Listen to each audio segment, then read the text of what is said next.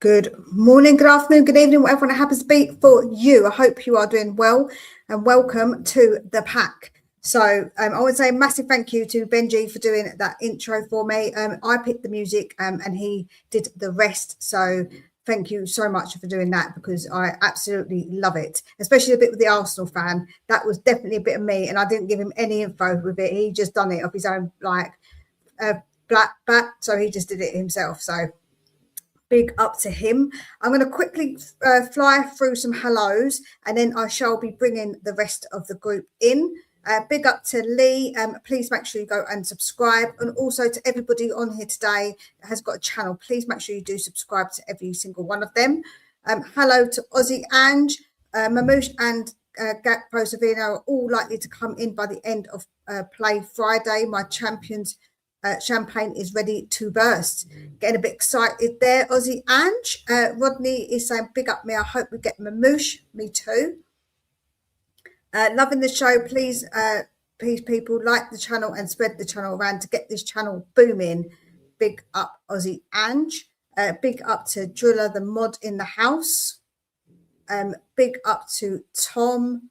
Yeah, it is a cool intro. I really like the music as well. That I was fiddling around with the music for a while because I'm quite particular what I wanted. So yeah, and I really do like that music. I actually listened to it myself a couple of times. I'm like, yeah, I quite enjoy it. I thought the wolf was going to bite the Gooner. Yeah, I know, almost. He just got away from me. He just got away. Big up to you, Slanky Moosh. Definitely. Big up to Cookie. I hope you are well. And also to Seven Sisters Road. So, yeah, let's get straight into it. I don't think he needs any introduction. The man, the myth, the legend. It's Dan E. We've got the... Right? Yeah, not too bad. Right, number one, you're going to take me off the show and you're going to give me a bit of fucking introduction of that. He got the man, the myth, the legend, and the fat guy. So you're going to take me back out and we're going to go again and cut. I'm in charge around here. This is my show. Yeah, bitch. Shut up. Yeah, he is known as... Sorry, myth, legend. I forgot how much you touch. You know what I mean? He is known as Kung Fu Panda. He's cuddly. He's chubby, but he's all right.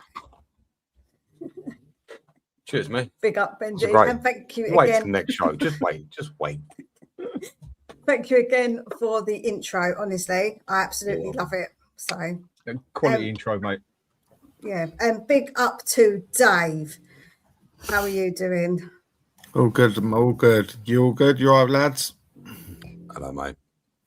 Excellent. Right, so the first thing we're obviously going to get into, of course, is going to be the massive big news that has come out just before I went live. It could have come out when I was live. Like, they could have done me a massive favour, but Ornstein clearly doesn't watch the channel, which, you know, I have to get on to him about that. Is that we are in for SAVINHO and Marmoush. And the talks, what he said, are actually advancing. So that means I don't think he would say it personally unless there was more to it. I don't think he would just come out with it. So I think that is huge news because I wanted Marmoush all along, as well as Gakpo. So if we get Gakpo, SAVINHO and Marmoush, for me, happy days. Like, I will be extremely, extremely happy. So when this news came out, what was your thoughts? I'll go with you first, Dave. How was your thoughts? Well, we all know. For the last year, we've been chasing SAVINHO. So I think we all know deep down that one was going to happen eventually. They're taking their sweet time with it.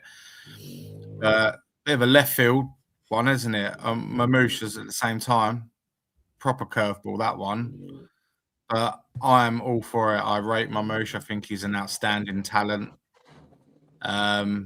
I know people have their doubts with his numbers and stuff like that, but he's coming up against Erling Haaland, arguably the best striker on the planet. So if Haaland's fit, he's not going to get as many minutes as he. Let's all be realistic here. So, but yeah, I'm absolute for it, and it's about time. Or if they get these deals done, it's just about time because I think my frustration's been slowly turning into anger with the delay. of these forwards because we desperately need them. And if we had a Gakpo to that as well, like that'd be mental. So Man City are prepared to let them go for 150 million. What's your thoughts on the price tag on that, Dan? I'll go to you. The only question I've got with things is with SAVINHO. I mean, 85, 75, whatever it's going to be for someone with such a poor goal scoring record in the Premier League that he's got, I will have questions over it. But considering the crap we have got, it's an improvement, and we know there's a chance that De Zerbi gets him playing a different way, can get goals out of him and more assists out of him. It's just I haven't seen that he can score goals in the Premier League yet. So there's my question. Do I think that he can do better? Yes, I do. But in that aspect, everyone's living on hope there because we haven't actually seen him do it. But let's hope that if he does come here, which I think he will, he's the one that I thought we would get out of everybody, that De Zerbi can get out of him what he wants out of him, basically. And that is going to need to be at least double figures in goal in a season because we haven't going to get the goals up front. We don't get them from a 10. We ain't going to get them consistently off a Kudus either. So we need people there who can score goals with SAVINHO. We get Marmoush. Can he score more than 10 goals in a season? If he does, great. And Gakpo is the only one we know that can.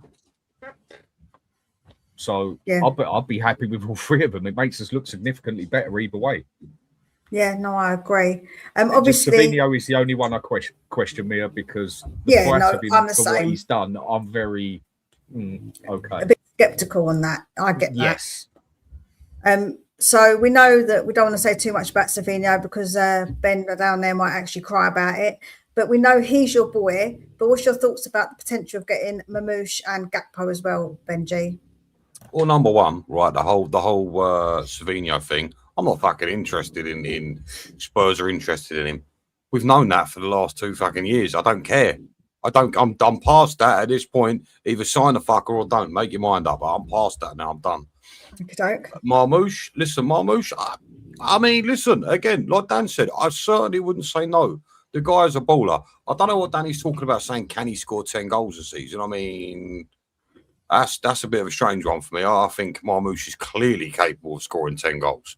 You know, look, it's all good. If we end up with the three of them, then, I mean, holy shit. I'll tell you what, if we end up with the three of them, I will happily keep my mouth shut and I will sit back and I will say, well done, Nick. You did your job. That's where I'm at. But Dave, do you think it's a bit late in the day, in your opinion? To obviously, we've been saying and crying out for this for a long time. With the SAVINHO deal, we know we've been linked with him for forever and a day. But with Marmoush, there was kind of inklings before about him, but it seems to be now that it's come to fruition. Are you a bit disappointed maybe at the timing of it? Yeah, because if the price is what's going around, looking at for 150 for the pair of them, and we're willing to pay that, why weren't we willing to pay that 3-4 weeks ago? That's my argument. And then they could have been integrated into the team properly, had a proper pre-season, being ready for the Brentford game. And we're currently going into this Brentford game with Tell, Richie and Mikey Moore as our attacking three. It doesn't fill me with confidence. Yeah, we will talk about it in a little bit about obviously the lineup and the possibility of it. With that one, Mia, what I think has actually happened there, if we end up signing both of them, yeah, because I think we've hung about SAVINHO way too long and should have fucked him off a while back and gone and looked at someone else. But people have also asked questions. I've asked questions. Is it City being awkward? Is there something else going on? We don't know what goes on in the background. If we go and get Marmoush and SAVINHO, I think it clearly shows there's been a deal sitting there for a while. We've just had to wait for it, basically. If we go and get them, then I think we did put the money on the table. The deals were basically done, but they wanted to make sure they got their players in first before they give us the players. Should we have waited that long? I think that's more the question you want to ask. But if we do go and get them, I don't think that's a deal that got done overnight. And I think that's a deal that's been sitting there for 3 weeks while they've been trying to sort out getting their player in. Basically, that's how it would look to me if we got both.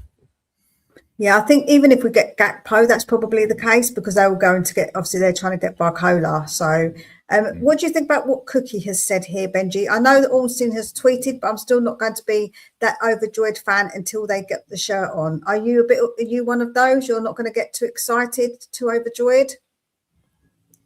Even though Ornstein tends to be the one that doesn't really tweet stuff, I think, until it's a bit more concrete, in my opinion. He's not like a Romano. Is he on mute again? Fucking hell, did it again? Here's the problem there, right? I absolutely agree with Cookie, 100%. The guy knows what he's talking about. However, it's all very good being linked with these players and these big journalists saying, yep, Spurs are looking for it. That's great. Spurs can look for it all they want. But if Manchester City don't want to sell them, we're in big trouble. Because here's the thing. Look at Manchester City right now, guys. Their depth up front, it ain't all that. And I especially don't think they can afford to lose two of their attacking lineup. I don't think it happened. I think you are pissing in the wind. You know what I do think will happen for me personally, and I've said this for a few weeks now. I see Gakpo happening more than I do Savinho and Marmoush. 100%. 100%, because at the end of the day, like, I think when they get Barcola, and they will get Barcola, I'm pretty certain of it, right? When they do, they're going to probably want to get shot because they've got a lot of left wingers at Liverpool. You know, even that, is it Magamua? What's that young Liverpool left winger? Oh, what is his name? People are touting him to be the next big Englandish international. Rio. Thank you. Engamoa, that's the one. Thank you. Yeah, yeah, on the head. You know, he's another left winger it is. So they're probably going to want to see the back of Gakpo. It just makes sense to me. But as far as I'm concerned, like I said, my summarization is, it's great that we're being linked, but you need the selling club to want to sell. And if I'm Manchester City right now, I'm not wanting to sell. So we'll see what happens. But Cookie's absolutely right. I'll be happy when I see them with a Spurs shirt on. Then I'm happy. But you know what I will say, Sniper? I feel like that one man's rubbish is another man's jewels, and you know, I feel like that you can't just necessarily say that we're taking their rubbish because I don't think Marmoush is a bad player. I'm not sure about Savinho, but I do think that Marmoush is a good player. I just don't think he's had an opportunity at City because he's got the big man Haaland in front of him, so he's not going to really get too much chance, is he, to actually play a striker? So I'm not really agreeing with the fact that we're taking their rubbish. Anyone could join in, guys, we're not going to be playing teacher and hands up. Just, you know, be respectful of each other if you're going to talk. Don't talk over each other. I hate it when you do that because when someone says that, everyone goes fucking quiet. No, but everyone was just quiet there for a reason. I stay quiet for a reason. No, with that one, and with the comment there, taking their rubbish, so what? If they go and sell Haaland to us, have we just taken their rubbish? Yeah, that's right. I mean, any player you buy... No, but they're talking about their backup players. Tonali, have we taken Newcastle's rubbish? Well, to get into City's team, most of City's team could walk into our team. Most of it. No, but they're not talking about first choice players, though, Dan. That's the only difference. Yeah, but no. The point I'm making is even most of their B team could get into our first team, for God's sake, especially up front. Well, exactly. So it's hardly taking their rubbish, is it? It might not be their best players, but you've got to remember, we are not City, we are not Arsenal, we are not Chelsea, Liverpool. You know. We have just finished 17th back to back and just missed getting relegated by 2 bloody points. 100%.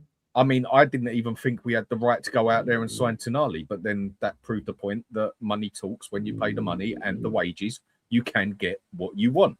I mean, we was even able to school the third biggest team on the planet because we could offer more money than them, and we did.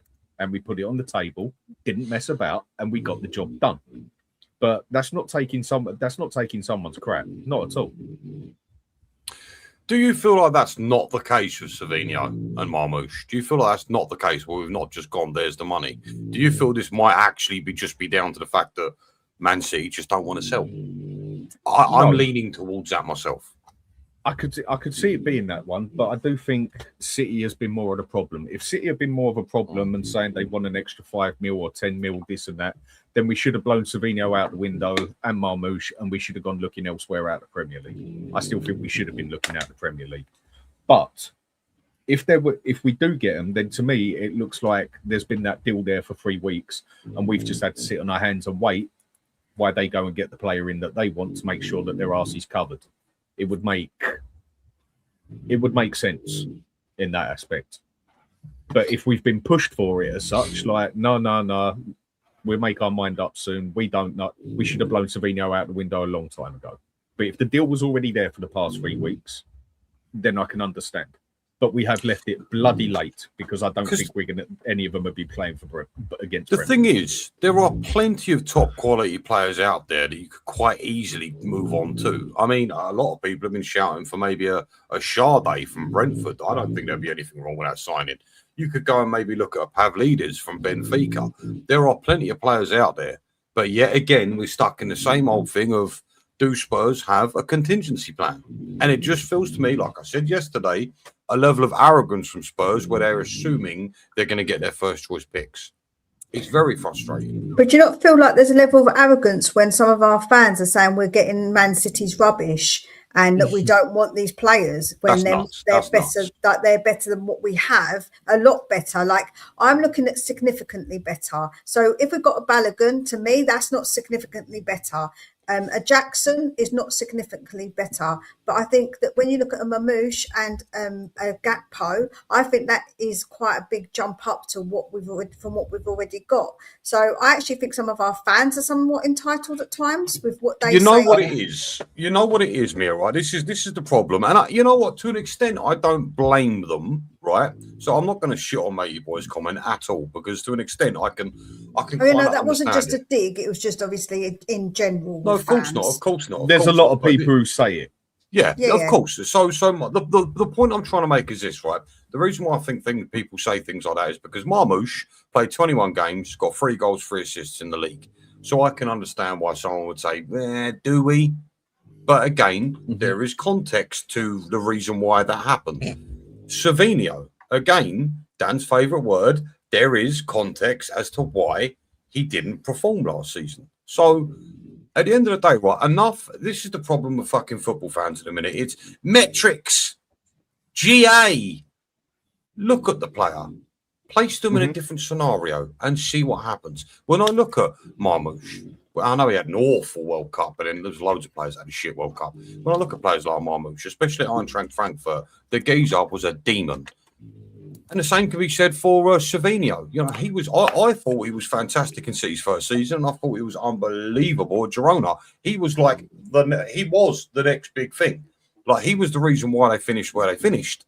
Like a lot of people were saying that this boy is something special. So if you can just look past the actual numbers, which I all know people are going to say, yeah, but Benji, it's about the numbers. That's what we need. These players come into Spurs. I'm sorry, but they will start to produce, and you'll see. I get why people say. Will they though, Ben? Yes, they fucking will. You hope they will, and that is the only word you can use with that. I am telling you, in my opinion, right. In your opinion, but you still can't give me a fact as all you can give me in this opinion. And you can't give me a fact that they won't either. No, so you're basing your thing off an opinion. But I can give you a fact. No, I can give you a fact that they haven't.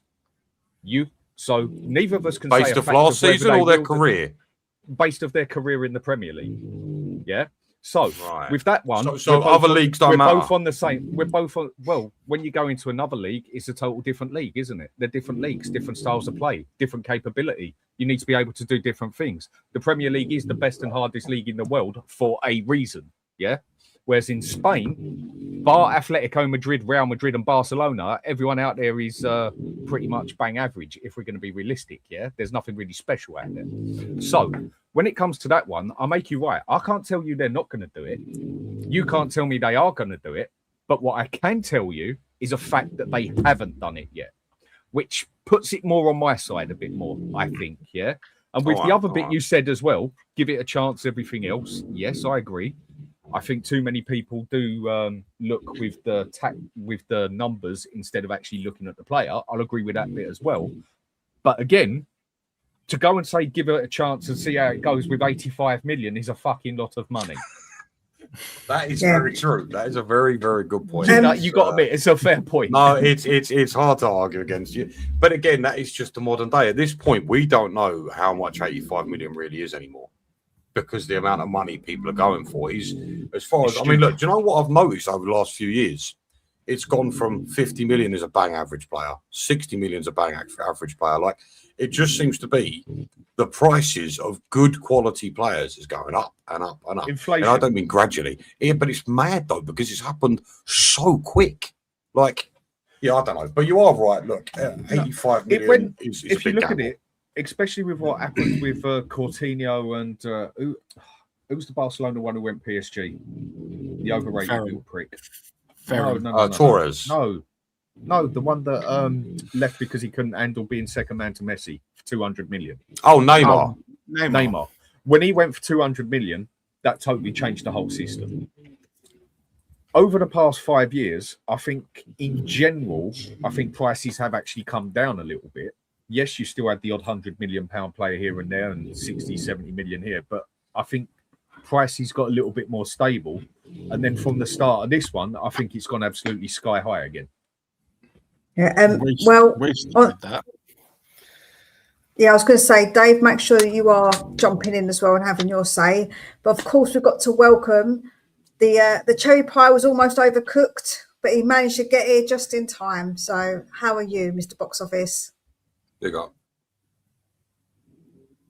Oh, he's on mute. What is going on? See, ain't just me, is it? Me. I'm working. Yep, you're working. Can you hear me? You're not working? No, he's muted. I can't hear a word he's saying. Alex? We can hear you. Stop it. Behave yourself, cool. Benjamin, and you'll be chucked out. Yeah, I'm good. I'm good because Tottenham are not playing. But yeah. Are we talking about the MARMOUSH? Yes. What's your thoughts? Bang, I know it's going to be bang average, probably, in your opinion, but let's hear it anyway. Go on. No, I said that he's bang average because of his season last season, but he definitely improves what we've got. And I wouldn't mind him. I wouldn't mind him at all. So they're there's harsh ratings, so there's a harsh rating for a reason. But yeah, So- he's not that bad, to be honest. Alex, can I ask you a really quick question, Alex? Do you think there's context to why he wasn't great last season, though? Maybe just couldn't handle the fact that he had a Haaland in front of him, which it doesn't help. You know, it's not everybody can handle it because obviously, he gets the numbers, doesn't he? But I mean, and Man City, Pep Guardiola is a very, very tough steward, manager, isn't he? As a coach as well. So I would say that not a lot of people come out of it. Being successful these days, you just have to ask Jack Grealish and the other guy from Leeds.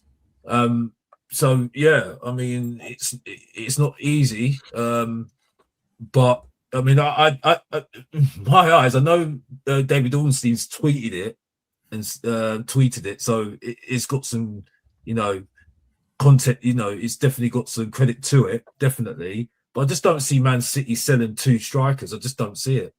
I just don't see it. They're selling a lot of players right now, and they need a lot of players in. So I just don't see them selling both. I think I see them selling one, but I don't see them selling both. That's where I'm a bit like, yeah. You know what I mean? I think they're going to use the money. Basically, if we give them, they get the 150. I reckon they're going to use that money and go out for Enzo. So they've got to replace Rodri, haven't they? They have to replace him. So well, they're not like for like swapping, though, are they? Like if they spend that money, like I'm not saying their front line is depleted, but they don't have a lot of backup at all. So I hear what you're saying, but Dave. I mean, surely they'd have to go for another winger rather than Enzo, right? Surely. I'm absolutely sure they will. Don't forget, they're still heavily linked with Neto, so Neto will replace Savinho, won't he? If they can get that one over the line. And That's how a many, weird one. how many forwards do they need? They not have a lot because they've still got Foden. They've not got rid of Jack Grealish yet. So, I mean, I mean, they he's still... as good as gone. I'd take him on loan as well. Yeah, Me I too. would. Well, When I said that, I was getting laughed at. Absolutely, Dan. When I Alex, said I've been that- saying when I it s- since start of last season. I said we should get him on loan. Well, before when he I went when I to say it, Everton, I get mate, laughed agree. at. I got laughed. I got laughed out the building. Alex, you've when I never said once Welbeck. said that. Why are you lying, mate? You've never once I'm not ever lying. said that. I'm not lying. I'm not lying. To go and ask what I did last season. Don't know. I was saying this last season. I know Benji, you I've been weren't, on I know you YouTube for weren't. about 6. I've No, been up I'm YouTube winding as you long up. as I know. anyone. Don't So I listen. know what I've been said. Mr. Box I know, Office, I don't know. listen to Benji. Don't listen to him. I know. Sorry, It's mate. wind up. I want to wind but- up to that. I'm sorry. No, Alex, to be fair, it's I fine. know you've said it. But yeah, I absolutely agree. But I just don't see Man City selling both of them. And also for Enzo Fernandez as well. It's just a bit of head scratcher for me. You know what I mean? So because that looks very thin, and also they're looking go of Nico Gonzalez as well. It looks like maybe possibly to Newcastle.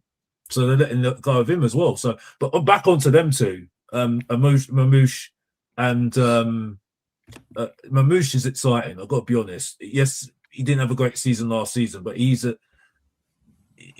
definitely someone that I say, I think we've got somebody there. But Savinho, it's just is what it is, isn't it? You know what I mean? He definitely can compete with what we've got at the moment because our front line is. Well, it's enough to. I don't say any more on that, isn't it? Let me put this to you, right? If we say, for instance, we've not got Maddison, and we can put Kudos into the middle. You could have Gakpo one side. You could have Savinho one side, and then Mamouche down the middle. Would that not, for anybody, seem a bit tastier than what we currently have? I feel like that could be a bit more tasty, right? Well, in that 100%. sense, when you say it with that, of course it is, and it's not particularly hard. You could stick me on the left wing and Benji on the right wing, and it still looks significantly fucking better than what we got there. Yeah, I mean, that is how. I don't bad know we about that, are. son. I've got So about if we- 3.5 minutes of running in me, Dan. I'm not so sure you're. Oh, much do you know better, what? pal. We're changing then. We're changing then. We just put Benji as the anchor man. Then, if you want to be like that. All right. Yeah. I'll sit back and chill. You lot go and do your running. But the point is, we really haven't got much right to complain about many things. But if we're going to go spending serious money, then I expect a player roundabout worth that money to an extent. And we know the prices have gone up stupid anyway. But you look at what we've got. Do you know what? We ain't even that bad up front. It's the injuries. You look on the right-hand side. We've got Kudus, we've got Kulusevski. Okay, Kulusevski isn't a right-sided player to play on the right. He's a number 10, but can still cover that right side well. Then you look at the number 10. That's probably the place where we're actually most got the players. You could obviously Maddison, Simmons, Kulusevski, Kudus plays there as well. Yeah, we're actually quite nicely covered there. And then on the left, that's more our weaker spot. You've got Tell, Simmons, and Odegaard. Yeah, and in a worst case scenario, you go stick Maddison there, like he has played for Leicester and England there a couple of times. But it's the injuries that have screwed us over. Without the injuries, bar the two pieces of crap we got up front, we're really not that bad. It's the injuries that have done us good and proper. Yeah, I do. I mean, go on. Are we going to play Imagination Land? Is that what we're going to play? I don't know. Realistically, well, they are injured. No, but Kulusevski's never going to come back the same. We have no idea what the hell is going on with Kudus. As far as I'm concerned, he seems to be a sick note. I mean, he got injured back in January. You know, it ain't looking great there. That's certainly someone I'm a bit worried about relying on. You know, and like I said, with Kulusevski, I mean, we don't know if he's ever going to really be the same player ever again. So you can say we're actually okay. But no, we're not. We're not at all. Even if Kulusevski and Kudus were fine and firing on all cylinders, we've still got Richarlison, Solanke, and Tell. We are very far from fine, Dan. Very far. No, I agree on that. But if we didn't have the injuries, it's really not a bad set we got up there. We'd be better off. But just because you've got bodies, don't mean that they're quality players. No, they're injured. I think out of all the ones I've mentioned, apart from Odegaard and Tell, Who isn't actually a good player there? Oh, well, Yeah, let's look at this. I can see your point. All right, let's look at it. Okay, so Kudus. Kudus does not produce a lot of GA. Never really has done. And it's not since he's been, he's not a GA merchant, right? That's number one. And this is what everyone likes to talk about. So let's talk about it. And let's go on to Kulusevski. No, but this is what I just said. This is what everyone seems to go on about, and GA seems to be important to most, right? And then there's Kulusevski. So now everyone wants to sort of romanticize Kulusevski in a minute. Fine. But there's a slight issue. People tend to forget that Kulusevski is great for 6 months and then disappears for the other 6 months. Again, he is a player with a consistency issue. And I'm telling you, after that patella injury, he is not. I know modern medicine's changed and all that stuff, and ACLs aren't viewed as bad as they once were. But a patella, man, I don't think he's ever going to be coming back in the full capacity that he was previously capable of. But I just want to land one point quickly. So what we were saying about Manchester City, and the point I made about it's fine being linked, but if the selling club don't want to sell you in trouble, I'm going to throw some names out for you. So Manchester City's left wing, they have Doku and SAVINHO. That's it. Up front, they've got Haaland and MARMOUSH. That's it. And they're selling both of their backup players. I don't see it happening. I don't see it happening at all. But haven't they still got, like I say, Phil Foden and Cherokee? Phil Foden plays on the right, and Cherokee is more of a central attacking midfielder. So, what I'm trying to say is that I don't think their attack is actually as poor as what you're making out to sell 2 players. They clearly don't think they'll rate them if they're going to be willing to sell them. And if we're in conversations, but they're not willing to sell them, though, are they? Because they haven't sold them. No, we've been trying to get them. But it says it when Ornstein said it. He said it's advancing, which means the conversations are going further. If they shut it down completely and said they're not for sale, fair enough. But they haven't said that, so I believe that they are for sale, because I think they would have shut down the conversation and said absolutely not if they wanted them. So you think it's a matter of money then at this point? It's just a case of they want more. I think it's a matter of money, and they want to make sure that they've got enough. I think they want to make sure that their team is all right for the start of the season, to make sure they have got these players. But yeah, they've not got rid of, like I say, as many players yet. So they've still got players there. So I don't think it's that. I really don't. So you think if you're Man City, you can afford to lose those 2 players? Yeah, I don't. I think that's crazy. I think that's crazy. To be honest with you, Benji, because I think if they sold them to us tomorrow, by Friday, they would have probably agreed terms with another 2 players to replace them. That's true. Do you know what? That's a quick point. Yeah, they don't fuck around, do they? No, fair enough. That is a good point. I've just read on X an interesting one. Betting is now suspended on MARMOUSH to join Spurs from Man City. It's been suspended. Wow. Are we gonna get a bomber while we're live? That would be amazing. So betting's been suspended. Okay, well, before we get excited, because I don't know too much about betting, what does that usually? I mean, is there reasons why that would happen other than he's almost guaranteed, or? Yeah, it's pretty. If all bets are suspended on a transfer, it's literally 90% practically there. Oh, damn! Well, that changes the game a little bit, then, doesn't it? Yeah. Yep. So interesting. I think that it seems like it's a pretty much going to probably get done. I do think it will get done. It doesn't mean it means that the bookies don't want to lose any money, and they won't want to lose money because if people are saying it's going to happen, they're going to obviously, if depending obviously on the odds, they obviously don't want to get any more money to be, like I say, put on there because they think it's going to happen. So yeah, I can see it being announced tomorrow. No, we want it to now today, Ronnie. So then I'll get like a bomber while I'm live, because that'd be really cool if that's happened. But yeah, as I say, I feel like that. I think they are for sale. I really do. I feel like that I think that City are having a bit of an overhaul, because don't forget as well, with a new manager comes in and sees players differently, right? And what what their vision is. This has been Pep's vision this whole time. So this is a completely new person coming in with new eyes. So they could be looking at MARMOUSH, looking at SAVINHO and thinking, not for me, because that's not what I want from my team. So I think that, you know, that's obviously a possibility.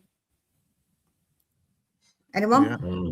Yeah, no, Nice. that's Interesting. That's a good shout. That's a good shout. It's a top shout. I mean, just going back on what when we were reeling out their players earlier, and Dan said, "I'll take Grealish on loan." I would too. I'd absolutely take him on loan because I know he's predominantly a left-sided winger. He always has been. But can you imagine how good he'd be for us in the number 10 role with Fernandes and Tonali behind him? Savinho one side, Gakpo the other, Marmoush down the middle. That would be absolutely savage to watch, wouldn't it? That'd be brilliant. Beautiful. Who would you have on the right, though, Dave?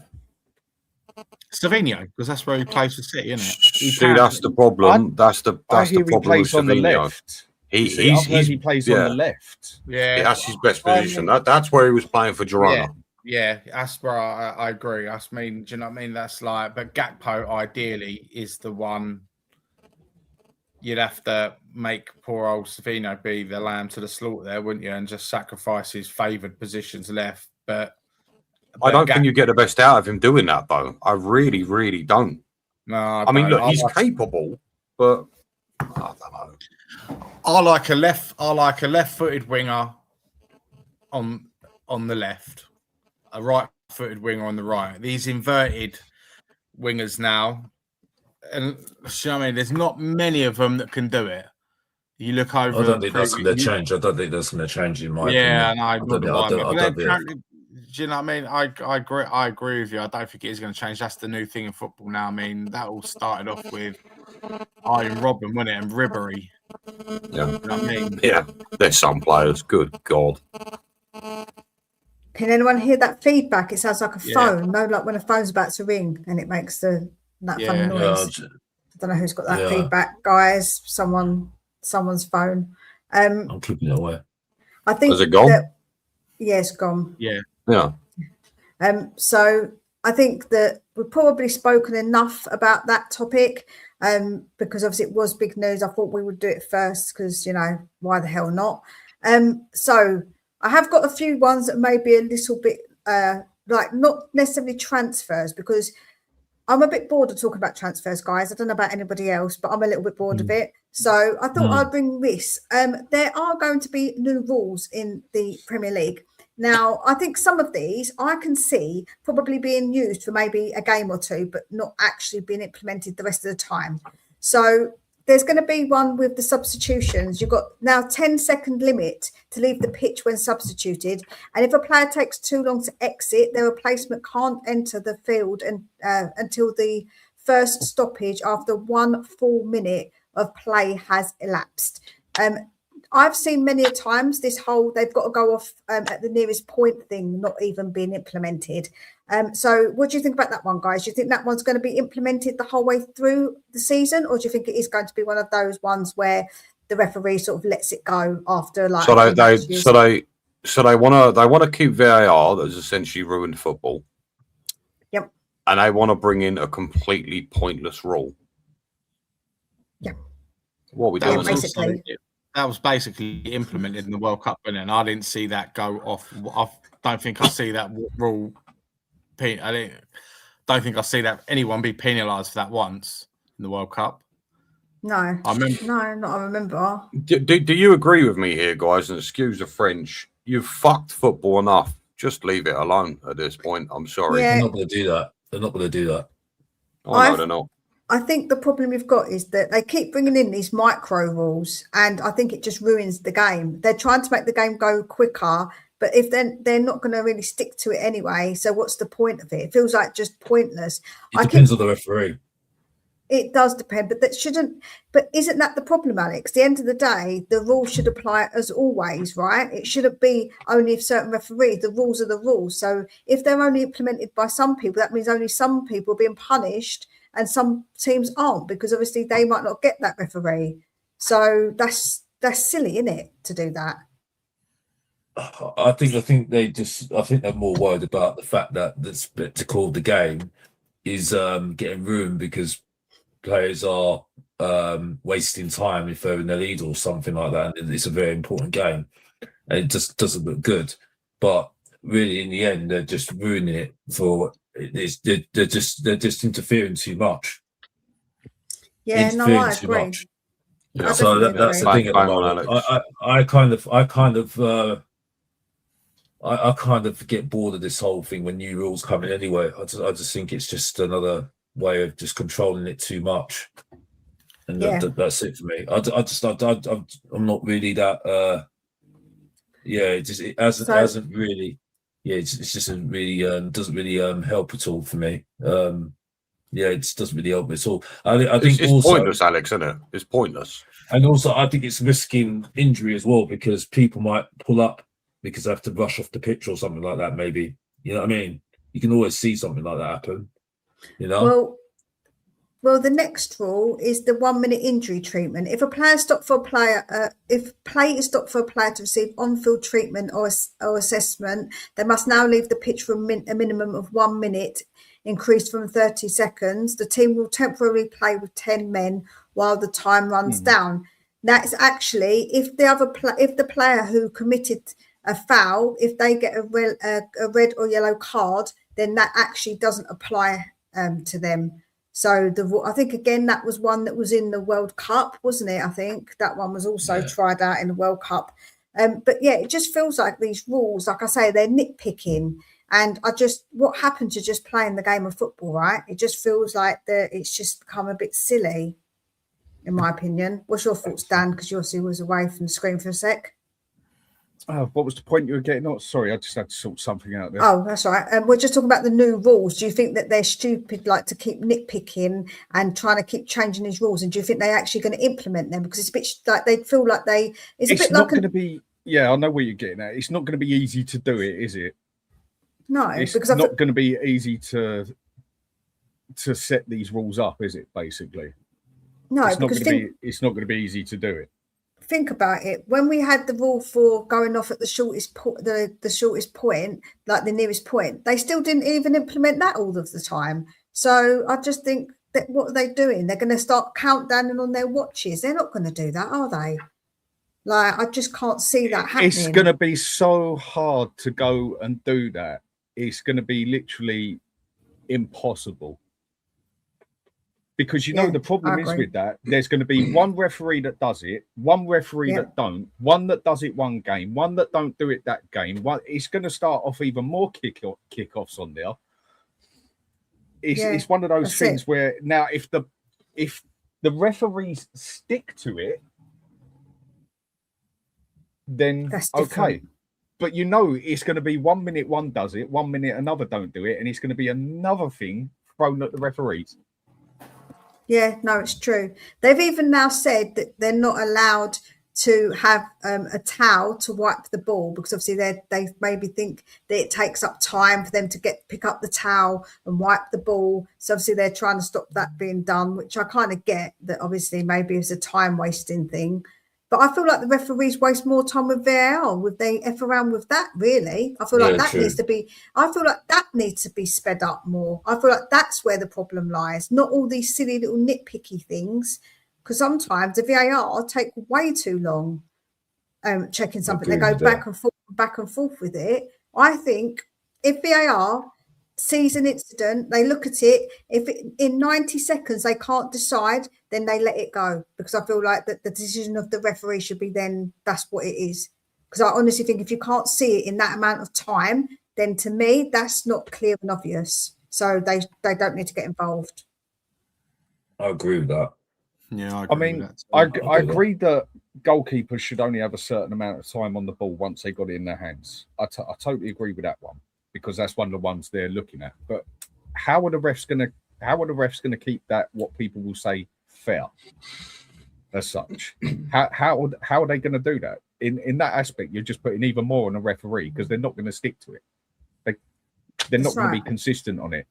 Doing it with the fouls and everything else, like if it's like you foul someone in the middle of the pitch, but it's not a foul, but you go and do that foul in the box and it's a penalty. Well, why is it a foul there but not a foul there? They've already got these problems.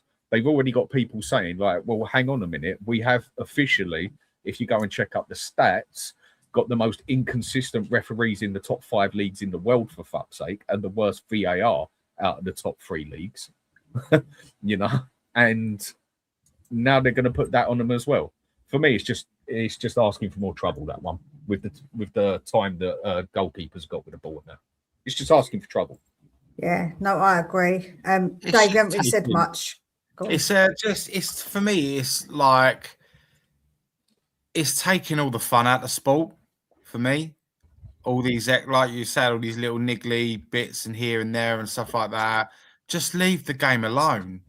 Just a 90-minute game. If there's 2-3 minutes injury time, fair play. Just leave it at that.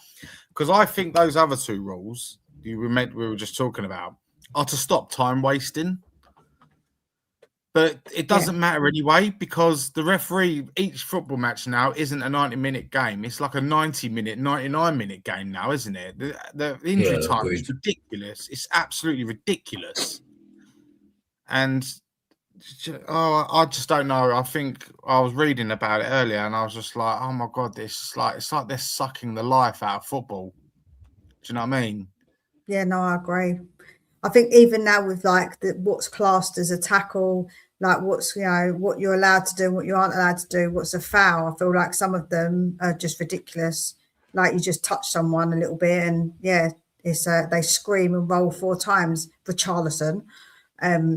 So I think it's crazy now with football. Not like when I used to watch football back in the day.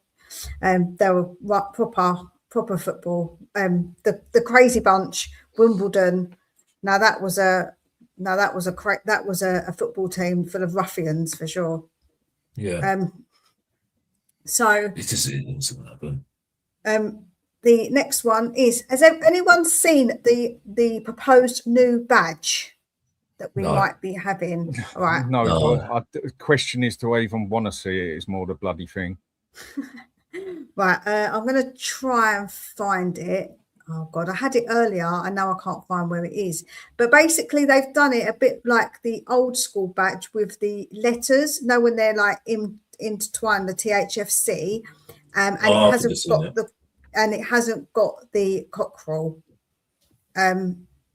So, what do you guys think about potentially having the badge without a cockerel on it? While I try and find it. Mm-hmm. Mia, we are known for having a massive cock. We're known for having a massive cock. You can't take that away on the forehead. On the forehead, yes, we do have a habit of that at the club. We're just trying to innovate, isn't it? We're just trying to innovate. Mia, check your chat. Sorry. Yeah, I mean, I don't like what all the ones, like literally every. I mean, the Adidas tag used to look nice, and it now just looks like it just looks cheap as shit. Now it looks cheap. I think half the tags these days, like badges and logos, and I think they look so cheap and poor these days. Whereas they actually used to have they used to look much better on a lot of things, whether it's clubs and their badges, whether it's badges for companies, whatever. I think things these days they're so bland. There's nothing in it as such. I mean, I could design half of them. I don't like most of the kits, let alone the bloody badge right now, to be honest with you. I don't like most of the kits. I think they're very boring, to be honest with you. If I'm really honest with you. But like I think the badge. I like the third purple kit because it's a bit old school, isn't it? I quite like it. It reminds me of the one that we used to have. No, I don't mind it. No, purple, it's disgusting colour. Yeah, filthy. I can't stand it. No, you know what? The thing is with purple, yeah, I don't like the colour at all. Now I can go and wear a nice pink t-shirt, yeah, look perfectly fine. If I go and wear a purple shirt, I look about as straight as a fucking roundabout. I don't like the colour. I don't like the colour at all. I mean, I can't stand it. That's fair enough because that's obviously a you thing. Yes, I like very the much purple, so. I think disgusting colour, horrible colour.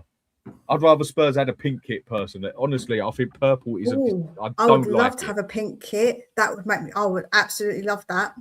Real Madrid's one looked good when they had it. Yeah, I really like it. A few teams have had it. I think one year Leicester had like a pinky kit, and I really liked it. I do quite like a pink kit. I'm not going to lie. I mean, everyone's got their favourite colours and that. Some people look better in other colours than other colours, whatever. Of course, they I don't, like and the that, old but yeah. Juve kit. That was pink. That was quite nice. Yeah, the goalkeeper kit's pink, isn't it? So, No, Juve their away usually- kit. What club Juve's does- away kit was pink. Nice. yeah, no, I'm talking about our one.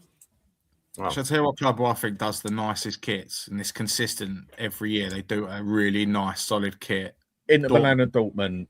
Yeah, Dortmund and Inter as well. Inter's new home kit is stunning. Is absolutely stunning. Inter have got the favourite kit that I've seen in football, and that's the one of about 3 seasons ago where it's blue and then black zigzags down it. That is my favourite kit of all time. I think that is a wicked kit. And one thing I find with Spurs, if I'm going to be honest, I think I'd say about 8 times out of 10, I think we got a 2 bob kit most of the time. I think we get some terrible kits compared to what others get. Whether you like it, I mean, look at Arsenal, very 50-50. They've got what they usually have a good kit, and then they have one that looks like they come from LGBTQ. And then you get other ones, Man U, 50-50. Chelsea usually have a respectable kit. Man City, very simple kit in that aspect. Others have not. I think we have some of the worst kits out there. Dortmund always have a nice kit. Bayern Munich have nice kits. Leverkusen, Ajax. You can go. Juventus always have a nice kit. 9 times out of 10, I'd say. Barcelona, without saying.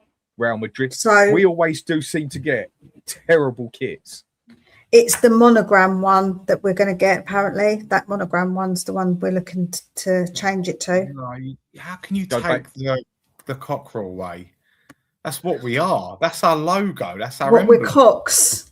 I mean, didn't it used to be that? I'm sure many years No, ago. Wasn't it? No, It was similar. We used to that was have the it with background. I know we had one where the ball had that in it. We used to have That's the it. cockerel with the ball in it, and we've had that a couple of times like that. I quite like it. I quite like that. I don't mind that at all. But I don't. Well, didn't we just change like, our logo recently though? Like a few years ago.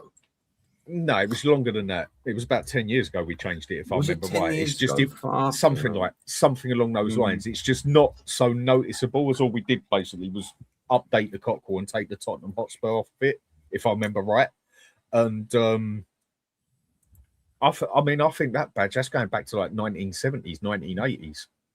I mean, bloody hell, what do you want me to do? Wear a bloody pair of flares as well? Honestly, I don't think that badge is all that. I think that badge looks like something that a couple of other Spurs supporters we know would wear. fair enough. We'll get off of that topic then, eh? Before you get my channel shut down, before I've even got monetization. Yeah, you're doing it for money, Dan. They're doing it for money because I just look at it and I just think there was no reason to change it to that anyway. I just don't see the point. Or I think it's just a money thing. I think it's just a promotion thing for me. I just again, it's just one of those things that I think in the business world, it's something to throw at as something new, and advertise as a marketing thing. But in another way, you're just sitting there thinking, when are we going to go back to the roots of really Tottenham Hotspur? You get what I'm saying? So I just think it's just another thing that is about marketing. That's it for me. So I think if they're going to do it, maybe why not trial it out on like the FA Cup strips or something like that, or League Cup, something like that. Don't do it for I'll do League Cup. League. Do you know what I mean? Don't do it for the league. No, I get that. That's 38 games. I don't know. Maybe I'm just being a bit. You just don't. Stuck in None of us like to be cockless. Say that's understandable, guys. Understandable. I get it. I do get it. I mean, yeah, I know. I mean, listen, some people's shirts are bigger, and sometimes the cocks on the shirts are bigger. So I mean, it's one of those things, guys. I'm afraid, but you can't take away Tottenham's massive cock. It'd just be silly. Yeah, definitely. That's right. Right, and now changing the subject of that. And now we'll get away from that subject. Yeah, because I'm still going to get into dodgy territory. Now, how did you think that was going to go, Mia? Honestly, if you are sitting there thinking no one's going to make a dick joke about this, then come on, what are we doing? Yeah, I know I'm with a bunch of dicks, so I wasn't really exactly that. Yeah, it's true. So, and you got to admit, Mia, you can be a bit of one as well. So that I'm one of the biggest dicks, and that's fine. So that makes it about 4.5 of us then. You got 4.5 on you. So transfers. Is that a Harry Potter mug? I'm sorry. I'm so sorry. It is a Harry Potter mug. And it's Fucking actually nerd. a Gryffindor one because I'm a Gryffindor. Okay. Listen, what are you talking about? You've got anime tattoos. You can't barely pick on me. I do. You're right. I'm sorry. Right, starting on me. I've got. What? Has he really got Pokemon tattoos? I've got Harry I want to catch them all. I'm going to be the very best. I've got Harry Potter Have you got tattoos Harry? as well. No, you don't. What you got? You can't see it properly, but I've got the I've got forks on my arm here, and then I've got always with the dough here on my arm. Okay, interesting. So, See, we're all nerds. We're all yeah. I'm not Slytherin. I do the test all the time, and I'm always come out as Gryffindor. So I was surprised.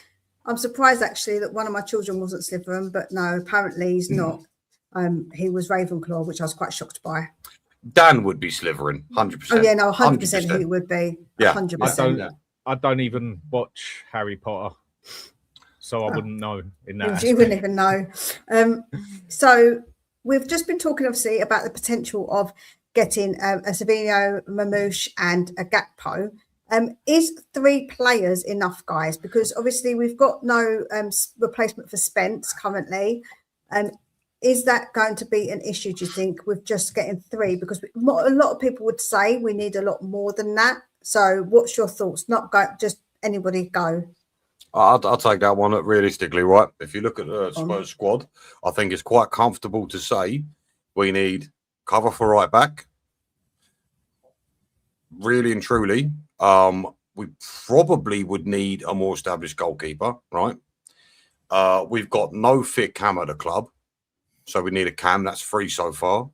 We'd need a bare minimum 2 wingers. That's 5, and we need a new striker. So for me, I know De Zerbi said we're 60% done with our squad build. So if you run the numbers, that's 4 more players to come in. Even then, it's not enough. Now, look, I understand you can't do everything in one window. I get that, but yeah, really and truly, if we only bring in 3 more players, I don't think that's enough. I don't think.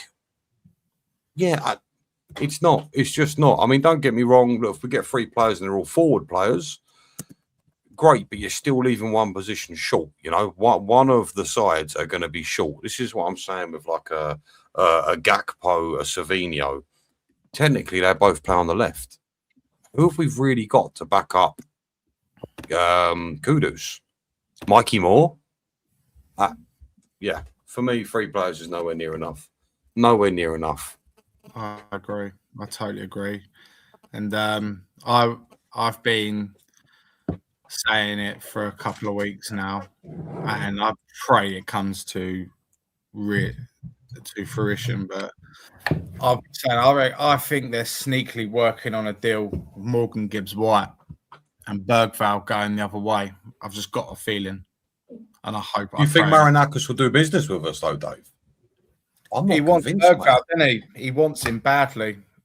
Do you know what I mean? He really wants him, loves him. Yeah, but the problem is with MGW, that is their marquee boy. That is the face. That is their star boy. I hear what you're saying, and it's a nice thought. Dan has said himself many times, fucking swap and pay an extra. What have you said? Dan, you've said throw not another 90 million on top, in you? Morgan Gibbs-White, I would go and stick 100 million on there, and I'd stick Morgan Gibbs-White, I'd stick 100 million on there and say take Bergvall. I'd say that. The only thing is, I agree that the Marinakis thing could be a bit of a problem because I don't know if he'll want to deal with us. Yeah, because we haven't got the bottle we ain't got the minerals. Now that Levy's gone, people to compete. Now that Levy's gone, that could actually help the situation, couldn't it? Yeah, it could help the situation, but it depends on who can negotiate. I mean, this Rafael Lawson seems to be good, but in saying that, it's trying to get through the door first, isn't it? Really, I think it's enough players at the moment. If we get the 3, if I'm really honest with you, because we've been looking at is proven. If we're looking outside of Europe, it's not enough. It's not enough. But because we're looking at Prem proven, you've got mostly everyone that's played in the Premier League so far. I think it's enough because you're not going to get everybody who's Prem proven in the Premier League at the moment. Who outside of the Premier League, Alex, would you like to us be a bit ambitious and go for? I don't know if it's just being ambitious because I don't think those players will come to Tottenham anyway. Osimhen, who I'd like to put 140 on the table and go for him. Yeah, but I don't think I just look at him. I'm kind of bored of him. I just don't think he's. I would be interested. Boys. Right, a Saudi club came in, threw 120 million euros on the table. Galatasaray didn't even blink. So if you think it's going to be 140, I don't know. I do not know. 140 is about what's 120 in about? What are you talking in pounds or euros, Dan? Oh, well, why would I spend money in euros? I live in England. Well, because that seems to be the currency of the land these days. What? Well, when I say it, I mean 140 million pounds. I would quite easily go there, stick 140 million pound on the table. One advantage we do have, even though we don't pay the same sort of wages they do, and we have a stupid tax bill over here to the point where you even have to pay 20 grand just to move houses, but that's a different story. And but we are in the biggest league in the world. We are in the best league in the world. He's made it no money to spend, and he's also made it no secret that his dream is to play in the Premier League, isn't it? I mean, he's made it no secret whatsoever. So, and I think, well, let's be completely honest. He's a complete mercenary of a footballer, and he goes to the highest bidder, doesn't he? In wages, he goes to the highest bidder. So, obviously, the money we're throwing about at the moment, money doesn't seem to be an issue with Spurs at the moment. So, Abby, at least you could at least inquire, couldn't you? At least inquire if you're looking for an out and out. And the thing about Victor Osimhen is you've got 20 to between 20 and 30 Premier League goals waiting for you right there, guaranteed every year.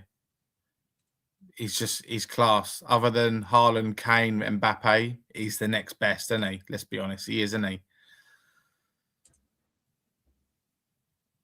Yeah, he hasn't done it necessarily in our league or whatever, but I think Osimhen is one who come over here and quite easily deal with it.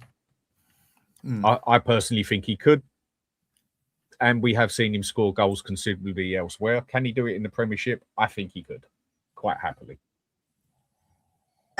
Well, I'd like to welcome in Danny Kay. You asked for the link, so you must have wanted to come on and talk about something. Anything in particular? He comes on, they don't talk. Like, what is this? He's probably talking to himself.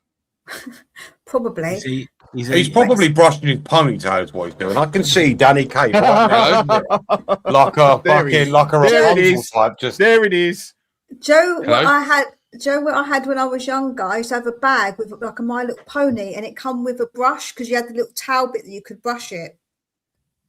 That's what it reminds me of. Yeah, we can hear you. You hear me? Danny. Okay, good. Yeah. You right, guys?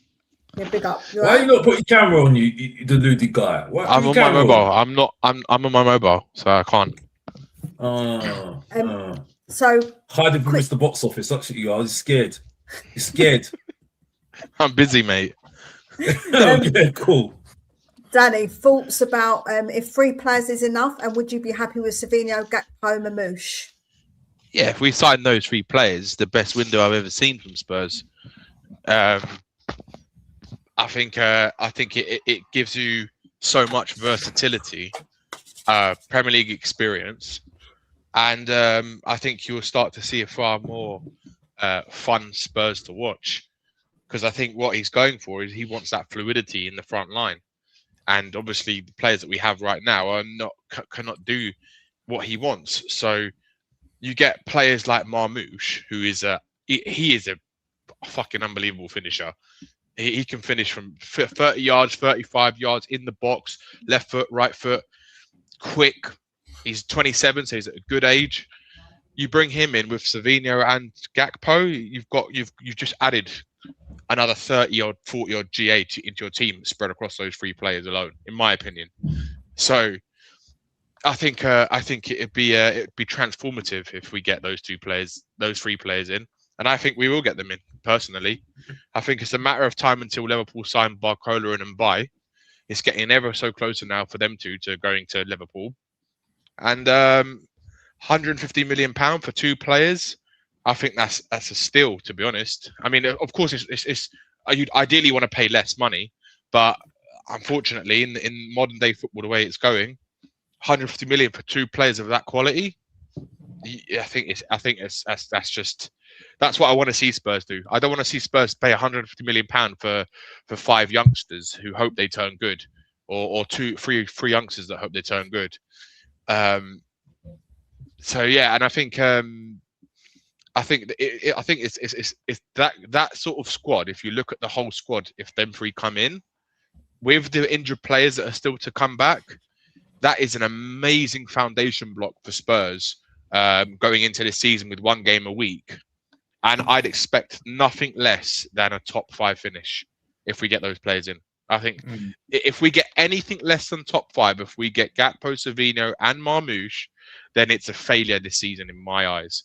Of course, we can get injuries and stuff like that, but we'll have to wait and see on that. But I think you'd have enough in your squad, not only on your first 11, but if you look at the bench, right? If you play, just say full fit team, you could do so many different variations of formations, right?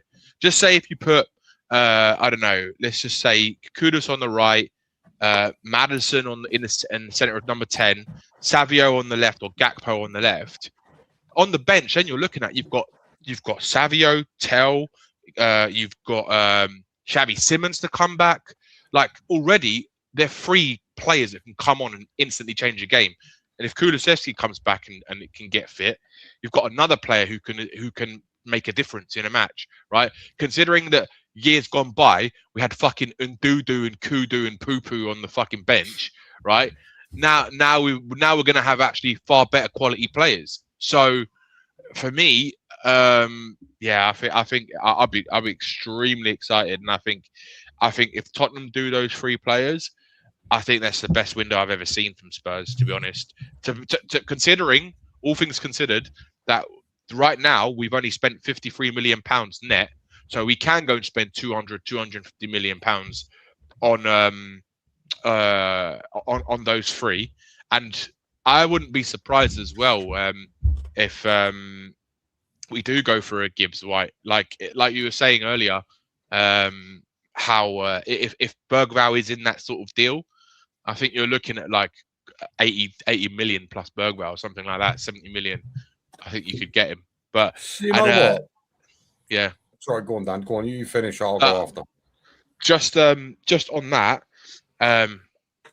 if we don't go for Gibbs White this window, I think next window, if we get Champions League football in the summer next year, I think we go and get him. And I think potentially one of our players that we might not want to see go, or some people are happy to go, like a Maddison or someone like that, will leave, because then you'll need to improve the squad again, because you're going to be fighting in multiple competitions, right? So you're going to need even more players. So Spurs are going to have to spend another like 200-300 million next summer if they get into the Champions League, on the kind of quality that we've seen coming in now, if not even higher quality, which will be hard because let's face it, right now you don't really have elite level players. There's very, very few in the world that are like in that bracket, and that you're competing against the biggest clubs on the planet to get those players. Like, for example, if next summer we finish second in the Premier League, just say, I'm not saying we are, right? Then you go for a Yildiz, right? Who knows? If Spurs were able to pay the money, the only way, like Dan would say, is you'd have to offer him more money than what any other club is offering, right? But other than that, he'd go and pick one of the top teams, like a Liverpool or an Arsenal or a Man City or someone like that. So it would be hard to compete with those to get the next level of quality, right?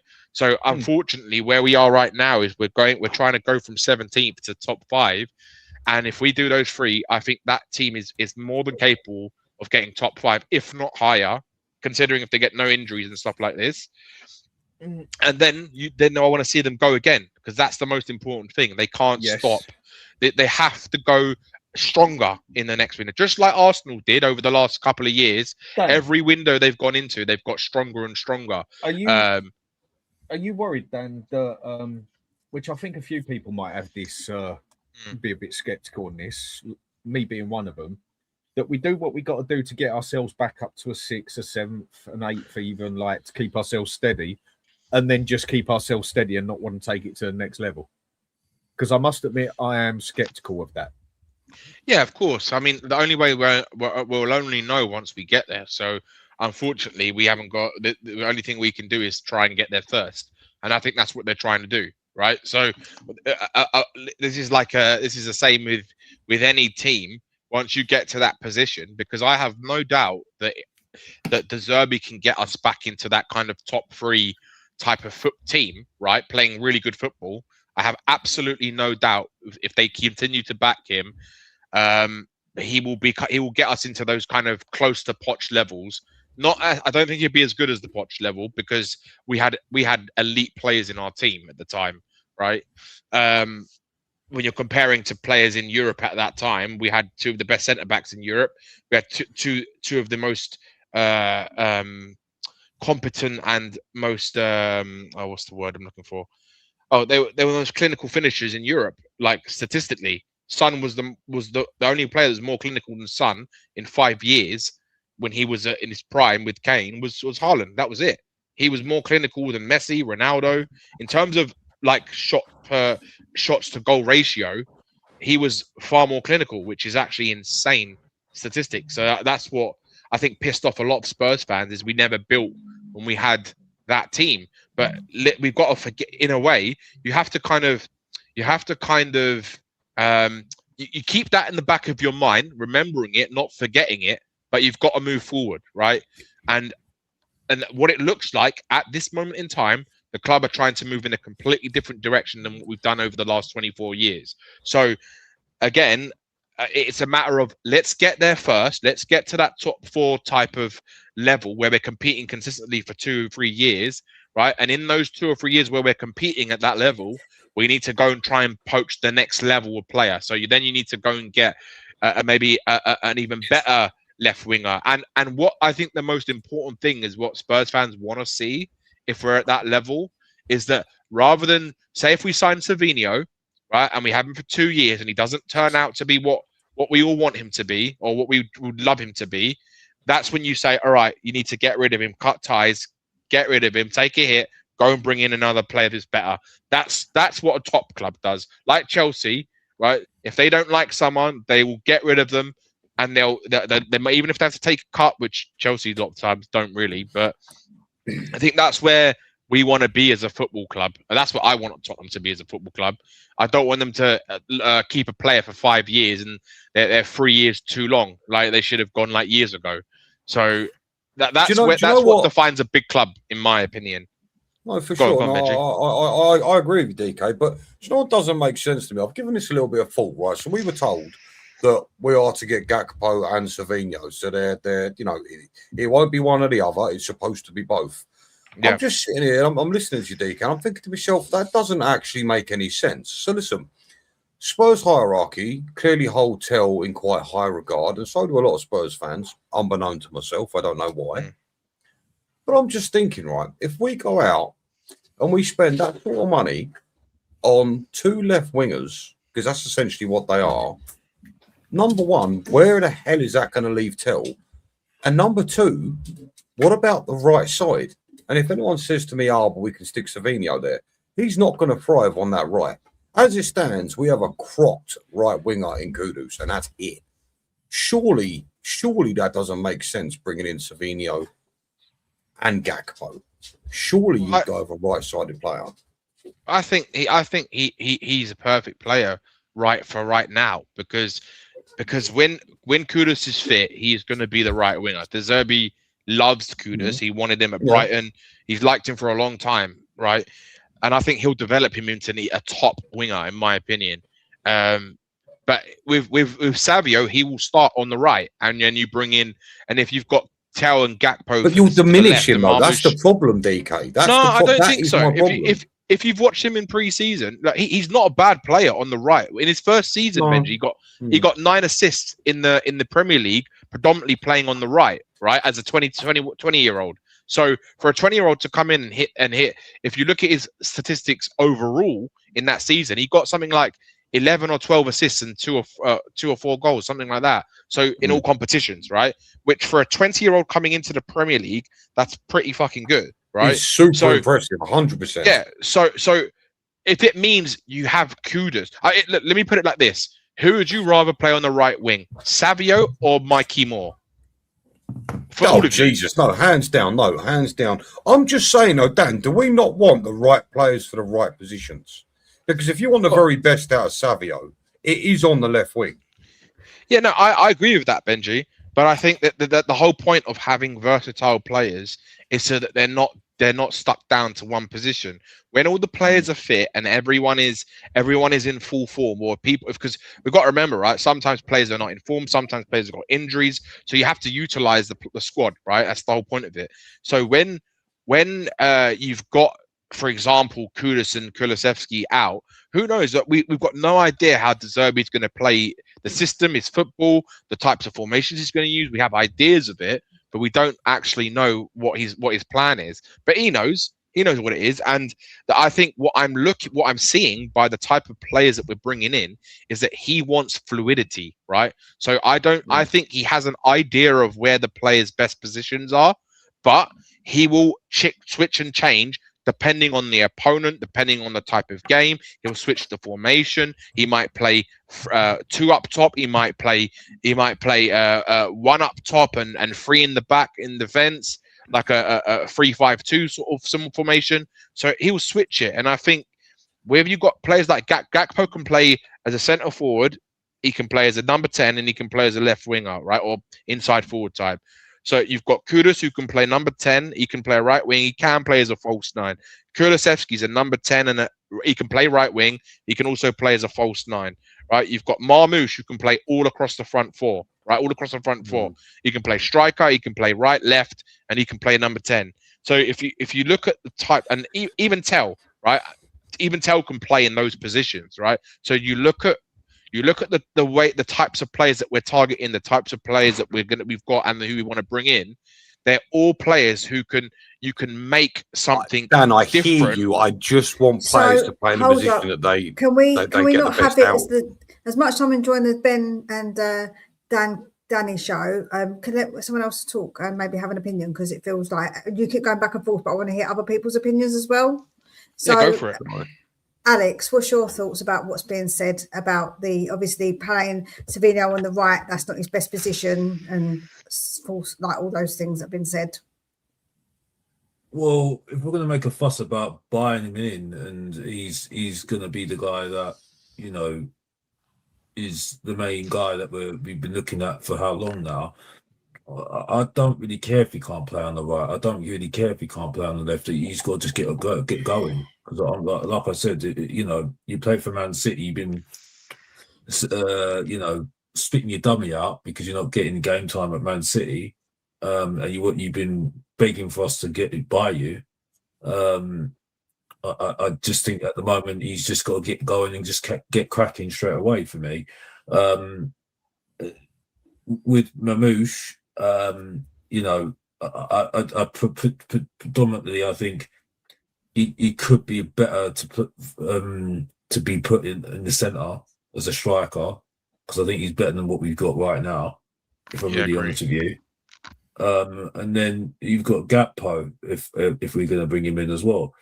But you know, I think I do think they're good combinations, and they do look like all 3 of them can play different positions. So it is a bit exciting. And you can switch up in the game as well for me. So I think it's quite good, to be honest with you. But yeah, I again, very hard question, Alex, or for anyone actually. Sure. Like, do you think can anyone see what De Zerbi's trying to do? Right, and with the players that you've got, the players that we're trying to buy, do you think that that's what he? Because the way I compare it is, I look at PSG, and I think because he's managing France as well, and he saw how PSG are, they don't have a natural number 9, right? So, but the players they do have are kind Neither of the do we. similar type. Yeah, I know, but what I'm saying is, Dan, that the type of players that we're targeting are in the same type of mold. I'm not saying they're as good as those players at PSG, but they're the same type of mold where they can play all across the front four, right? And you can mix and change them, because if you look at PSG, sometimes they play Kvaratskhelia on the right, they play him on the left. Sometimes you see him number 10, or you see Barcola up top, Doué up top, Dembele switches. So I think that's what he wants to do. But with what you're saying there, he's looking to make an extremely hard job there. You know, I mean, he's got to start off making this as simple as possible to try and get points at the start of the season. Because if he goes and does what you say, where none of them have really been playing that way, and at least 1, 2, 3, 4, 5, 6, 7 of that team will have never played with each other, isn't that a bit complicated to start things off with? Now, in the run, I could totally understand that, and I can go with that. Why not? If you can do it, do it. But I don't think that's quite a sensible thing to start off with, because as I said, 7 or 8 of those players haven't even played together, probably haven't even played that way, and that's a complicated way to ask people to play football. Obviously, you need the technically gifted players that have got it technically, which we are obviously getting in there from the back to the midfield. And if we get SAVINHO on there, I'd say he's technically gifted. Gakpo, Marmoush, are they so technical? No, I'd say SAVINHO is more technical than them. But they're still significantly better than what we got there. Kudus, you can say he's got it technically. Maddison, Simmons, yes. It would make perfect sense on what you're saying. But I don't think that would be very intelligent to do that within the first 6 months. Maybe get them to play a certain way on the pitch, but training a certain way, because any player who can't go and play a 4-2-3-1 or a 4-3-3, they obviously haven't been playing football for a very long time. Then my point is, do you get what I mean? My point, I get what you're saying, but my point is that what I'm seeing is that he's trying to target specific players who, regardless of the position they play, they can play just as good in one position or not, right? That's what I'm trying to say, is that it's the fluidity, that it doesn't matter if Marmoush plays on the right, Gakpo plays up top, right? They're all going to be interchanging and fluid, right? Because they're all technically very gifted players. They're all pretty decent, right? Some are better than others at shooting and finishing, right? But you've got goals and assists, flair, you've got quickness, power, height, you've got everything you want in those 3 players that we could bring in, right? Including the ones that we already have at Spurs. So what I'm saying is that I see it as that in a way that it doesn't matter where they play, right? That's how I look at it. Like, of course, I want them to play in their best positions, but I think until you've got a fully fit squad, if you have to mix and change things. I'm not saying that De Zerbi's going to put, one day he's going to put Marmoush on the right, the next day he's going to put Thingy on the left. I think he'll have a kind of idea of what he wants, and I think you'll probably see someone like, if Marmoush comes in, it'd be Marmoush as the striker, right? Most likely Gakpo, Savio's fighting for the left when Kudus is back. Maybe Tell on the right with Kudus, right? And then you've got Maddison and Xavi Simmons and Kulusevski in the number 10, right? So you've got options. But I get what you're saying. It makes sense. I do get what you're saying. It makes sense. I just don't think it's a sensible way to start off with. I think the way he should start off, considering how poor this team was and the lack of experience it's got together, you've got to surely start it off simple. Like what he did at the end of the season. Get the crap out, the young players like the Gray, the Bergville and that. And just say, right, boys, 4-2-3-1, plain Jane simple, get the job done, basically, yeah? And I think that's what he should be doing for the first half of the season, whilst also, because we're going to have plenty of time to train, because we're only playing 1 game a week, maybe the odd one we play 2 times a week because of a cup game. So he's going to have plenty of time off the pitch as well to start training them how he wants to play, how he wants them to play. And then the first 6 months of it, or first half of the season, whatever, just play the simple 4-2-3-1, get as many points in as we can, see where we're going, and then take it from there. Once they've actually got a bit of training together, play together off the pitch, on the pitch, and also train the way he wants them to play off the pitch, because it is a complicated way to play, isn't it? But I'm not disagreeing with you. It does look like it could be what he's trying to do. I just don't think he should be doing that at the start. So I'm going to go to the next thing because let Dave have a say because he obviously hasn't spoken too much. Dave, so obviously people were saying about the money we've spent, net spend. I'm not really concerned myself with net spend, if I'm honest. It's more about intention. But for me, it's about the quality that we've got in. Before, we've got lots of players in, but they weren't of good quality. So do you think anything actually has changed at Tottenham? And then obviously everyone can just jump in. It's just because some people obviously talking more Danny Kay than anybody else. As it stands, very small particles have changed at Tottenham. Obviously, we've smashed our transfer record twice over in 2 days. They've obviously blown the lid off their wage structure, which they had to. But this is for me. They've done this because they've got no choice to. We're desperate. Finished 17th twice. Do you know what I mean? You've got the club was in absolute at the time, complete and utter disarray. So they've had to go out for once, like Dan says, money talks. Put your money where your mouth is and start investing in the team. They've had no choice to. So they haven't changed everything because, in my opinion, because we've still got Daddy Davies still at the club. He should have been long gone. I know he's not going to get hardly any minutes. I get that, but he's still taking a wage off someone or a youngster like a Byfield that could be breaking through. Do you know what I mean? Whatever. Who else is like? Do you know what I mean? What was I going to say? Johan Lang is still at this club somehow. Do you know what I mean? I still see nothing has changed yet because our squad is not fit and ready for the first game this weekend. Could you not say that some of that is down to injuries, which isn't actually the club's fault? Would you not say that that's maybe a fair assessment to say that injuries are obviously part of that? True, but what I won't defend them for is we've potentially got Tel Ritchie and Mikey Moore as our attacking three against Brentford and Archie Gray. I get Archie Gray is going to be playing right back. Porro is literally a week ago come home from his holidays from the World Cup. I get that. So it's a little bit has changed, but they're not getting their flowers from me just yet. Not until get these deals That's over fair. the line. Get these deals over the line. Give De Zerbi the tools to cook, because he will cook at this club. I will. If you give him the tools, he will bring success to this club. I'm sure of it. I have faith in him. So yeah, they've still got loads to do, and it's not just on the pitch and stuff like that. They've got to sort stuff out as well. There's loads of things they've got to sort out. They've got stadium naming rights, which I'm hearing rumours are coming around with this Nike stadium. Do you know what I mean? Deal striking and stuff like that. So there's a lot they need to do, a hell of a lot they need to do, and they need to get more footballing people in the club as well. That's a massive thing. I get they've got in Rafi Mawson now. He's in charge of all their deals coming over the line. Yep. Do you know what I mean? But people like Lang at this club, and do you know what I mean?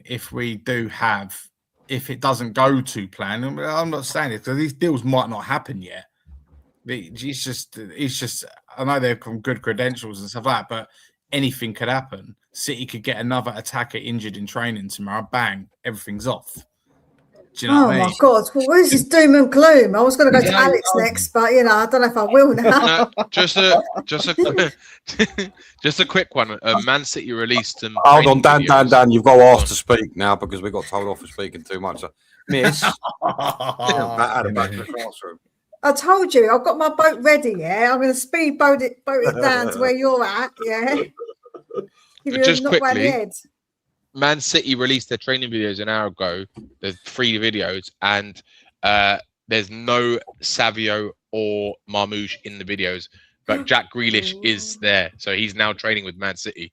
So it looks like it could be that he might be reintegrated into Man City under Maresca. I will just say, oh no, forget it. We actually spoke about that. You can tell I'm tired. Look, listen, Rob, when it comes to Enoch, all right, admittedly, they've changed their wage structure and they've gone after 2 top quality players. Fine. But changing their wage structure Are you saying at that this point in Senesi, time... hold up, are you saying that Van Heck and Senesi aren't quality? I don't... No, I they're not don't quality. think Van They're not- Heck and Senesi especially are on the same level as a Tonali Fernandez for me. No, Just not for on the me. same level, but not on the Well, same no, level, but they're no, still but the- decent quality. No, I look, would do you say. know what it is? The difference is with Van Heck, okay, and it's a beautiful thing we signed him because, look, at the end of the day, what we've gone and done is something we don't usually do. What's if you look at Van Heck, what's he done over the last 3 seasons? Better and better and better and better. People were in for him. People wanted him, and Spurs went and got him. I love that. But the fact that we've changed our wage structure, which is brilliant, but are we using that to our advantage right now? Like, for me, sorry. Yeah, are we using that to our advantage right now? I hate to break it to people, and as I'm sure you've already said, but our net spend is £46 million. 46. It's a bit more than that. Who cares about net spend though, Benji? Because at the end of the day, that's neither here nor there. Because because players get sold and you make money. What do you want to give them away for free so we don't make money on the net spend? But Mia, that that's tells me just- money's sitting there. It's use it. Money is sitting there, and I think we will use it. But I think that people go a bit much about this whole net spend thing. No other club cares about net spend. Do you think that City care about net spend? Do you think Liverpool care about net spend? Mia. They're What not have we in the been for the same- last 2? What have we been for the last 2 years? Toothless Tottenham. Yeah, I It's get great that. what we've done, but we've not looked at we've not brought a single attacking player into our club since the beginning of the window. Like, I get I don't you. want to be doom and gloom, but And no, he's Shut right. up. When you see the money is actually sitting there though, because we've spent about 75 million, I think it is, on net spend basically. And you're hearing nothing happening over the next 3 weeks, nearly 4 weeks. Obviously, we don't know what's going on in the background, but you're not seeing anything happening. You're not hearing anything happening. Savino, maybe Gakpo. By the time that we get him, you're just going to say, thank God for that, and just get on with it. You're not even going to be excited that we got him. You're not seeing anything happen. There's the rumor we had 300 million, 400 million, whatever it is to spend. So we've still technically got a hell of a lot of money sitting there. And it looks like Spurs haven't done anything as yet. And it is still only word that something is going to happen. We still haven't seen it happen. And we all know how it goes at Spurs as well, in the aspect of don't believe anything until you see them sitting there in a shirt. But Dan, do you know what? Would you agree, right, that Spurs fans clearly have PTSD? Because I think we are one of the only clubs in the world, right, where your manager will come out and say, no, we're not done. We've done maximum 60%. That, for most football fans, would be enough to go, yeah, we're good. But not at Tottenham Hotspurs. And I think people need to understand I think people need to understand how we feel as a fan base. We have been burnt for many fucking years now. That's all I'm saying. Go on, I'm Alex, going to get sorry. a violin for people as well. The main event needs to say something. You're one of them. Well, as far as I'm concerned, I don't really care. Anyway, moving on. That's why the mugs. That's why we're all mugs. Anyway, moving on. Getting to the point that I actually want to make.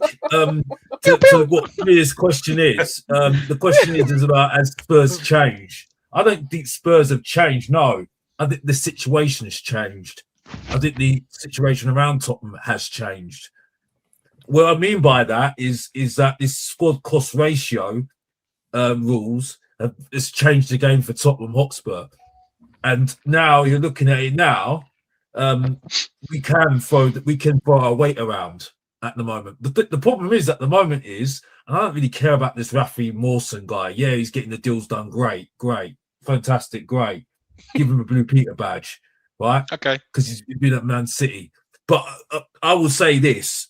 Behind the scenes, there still is a question mark on some of those people at the moment. Because I still look at and I didn't like the guy Paratici, but I'll still say that Paratici is 10 of most of those people behind the scenes right now. I'm being honest with you. Even Paul Mitchell, even David Pleat, right? Because at the moment, I'm looking at Tottenham right now. We're the ones, like I said, with the biggest potential if we're a woman looking for a man, but you know that they're going to let you down all day long. And we never, ever never change on that saying. Never. No, because you're so right, Alex. It's like when you ask DK to come on the show I said before, the last thing, because I need to, the main event hasn't finished yet, right? Is the fact that the fact is when you're seeing teams like Aston Villa selling their players because of FFP, Newcastle changing their strategy right now, right? And this season looking like a Leicester City season. Not saying that we're going to be a Leicester City. No, I'm not. Right? Because I don't think that's going to ever happen. But when you've only got one team, the Premier League champions, not had a big change, and they're the champions, and all the rest are looking like they're changing, and there's a lot of things going on in their teams at the moment, right? You're looking at Tottenham and thinking, right, if you're going to talk the talk, you got to walk the walk this season. You've got to walk the walk this season, especially if I'm seeing Marmoush and SAVINHO in my club. I'm sorry. Yeah, there's no excuses, right? There's no excuses. And that's why I'm saying at the moment, the situation has changed around Tottenham, not Tottenham changing right now. The only time I'm going to say Tottenham Hotspur changed is that they take advantage of that situation. And you know what that means? Top 5, minimum. And that's all I've got to say. Back to you, Dan. Say something stupid. Dave, stop talking, mate. You're talking too much. Shut the fuck up, Dave. You're boring us at this point, mate. God damn. Alex, would you say Spurs have dealt with the situation in a different way to how they usually would? Yeah, but I think that's because of necessity on last season. Whatever the reason, we've had to change the way we do things, haven't we? Yeah. So we changed. Regardless of we change it up. Don't with logic. If we're going to play this game, I'm in that mood right now, Dan. Right? If we're going to play this game, right, they've been given the biggest advantage going around the situation anyway. Right, but they're always going to change anyway because they're not going to want to be 17th anymore. Well, if they're always going to change, you've just said no, they haven't changed. So make your mind up. If they're always going to fucking change, I don't think they have changed. No, I don't think they have changed. I think the situation's changed. But you just said they always fucking change. No. Don't twist my words. Don't even try to twist my words. You know what I mean? My point is, I'm just repeating them. Right? I can repeat myself and that's it. All I'm saying is that the situation has changed around Tottenham. That's all I'm saying. Right? So Tottenham had to I don't think they've really changed that much. No, I haven't. They haven't changed at all. How have they not changed, Alex? Well, they haven't changed that much, or they haven't changed at all. What have they done? I'm trying to work out what you're saying here. I can usually do it, but this one you're going over me. No, I'm saying to you they haven't changed that much. I think what Alex is saying is in some aspects. Is that because they're saying that you're saying that all they've done is really make up for the lost years of last year. That's all they've done, and they've got a manager in to tell them what to do. That's cool. So, but I don't think they've changed. I think the only time we're going to say this is absolutely categorically changed, right? If they're going to take advantage of what's happening around other teams this season. Isn't that what they're doing though, Alex? Well, I don't think that is the truth at all. Well, I don't think that's the truth at all. What if they bring in those 3 players that we talked about, Gakpo, SAVINHO, and Marmoush? Is that not saying that Tottenham have changed? No, because how long has it taken for them to get that deal done? No, Alex, that's not the question I asked. Is that not Tottenham changing? If we go and bring in 9 players... No, I've just told you. Can you... I've just asked Alex, the question. No, we're not doing this. Alex, we're not doing this. Alex, I've just answered your question. No, I've just answered you're not listening. You're not listening. I've just answered your question. Let me speak, Alex. Let me speak. Let me explain why. Let me explain why, because you're not going to bulldoze me on that one. Right? What I'm saying to you is, right, okay, is that I don't think they have changed because they've taken too long to get that deal done, right? If they had the people, right, that were good enough to get that deal done quicker, right, I think that's where you can say, yes, it's definitely changed, right? But let's be honest here, yeah? Right, when you look at the transfers that have come through right now, okay, Jan van Heck was an easy one because he was on he was the last year of his contract, yeah? I'll agree. All we need to do is offer him more money, and it's too good for Brighton to let go of. Tonali was literally twerking for us, by the way, literally twerking for us. So, right? So, because he liked De Zerbi and he wanted to go, So right? Van And we had to overpay, Yeah. right? but we paid 100 million and upped our wages and changed our wage structure for him. Fair And we enough. broke our transfer But window that's what big twice. teams should be doing all the time. Yeah, so we changed. So they changed. So that means we change, Alex. Great. I mean, if That you was the want to whole do that, question. if you want to do this, but just because you just had a little bit of tuppence, yeah, a little bit of money, a little bit of pizzazz that you've seen, because you haven't had a lot of pizzazz for the whole how many years now, doesn't mean that you should start saying that everything's changing, everything's rosy. So I'm sorry, I'm not going to go there. My Alex. point is though, yeah, right, is that the two signings, Senesi, Robertson, who else is there? Have all been free. Right? So Right. I'm sorry. I don't think this is. Alex, can I ask you this question? Can I ask you a question? No, Right, wait, before you if- do this, please, Go before on, you go do on, this, Benji. Dave, you counter argue him. Go. Come Good on. luck. Go on, Dave. By the way, I didn't say Dave was saying something. She was saying what Dan was was going to say something I stupid. know, That's what I said. I know. But you listen, you made some points. Danny, you let's, fucking let's see stupid what Dave idiot. says. Go on, Dave. Yeah, totally school. I'm the one who turned round and said nothing's changed, but Spurs always change. Oh. Let's hear from Dave. Go on, Dave. Go on, Dave. Go on, Dave. Tell me what hasn't changed or what has changed. Yeah, I what do you like think? Right, basically, what I Don't be a said sarky before, I cunt. said certain. Sorry. Slap him with that, Like Mia. I said, certain things have changed at the club, like they've smashed their transfer record twice. The wage structure's changed, but I think what they do also need to change as well is they need more footballing people in at the club. Johan Lang has to go. I've seen more personality in a lemon. Do you know what I mean? So, and as well, I'm not sold on Vinay either. That's a level record. That was a good one. Did you see that coming through? Yeah, so like I said, certain aspects of the club changed where they've, like I said, I'll say it again, the wage structure, transfer, breaking records, etc. But they are still moving in similar ways how we're used to seeing, leaving things so late, which is the most frustrating part. So Thank you, Dave. If you can literally, if we can get Omar Marmoush and SAVINHO tomorrow, why couldn't we get them at the beginning of the transfer window? Thank you, Dave. Wait. Please, let me go. Unless I'm going to Maresca wanted to look at because them I'm the first. host. Thank you very much, Benjamin. Yes, madam. What I would say is that maybe they didn't want to sell them those players because at that time that's not what they wanted to do. I'm not saying that is the case. I'm just playing devil's advocate with the I fact agree, Mia. that you can't always expect just because you want it, you get it. We're not Veruca Salt.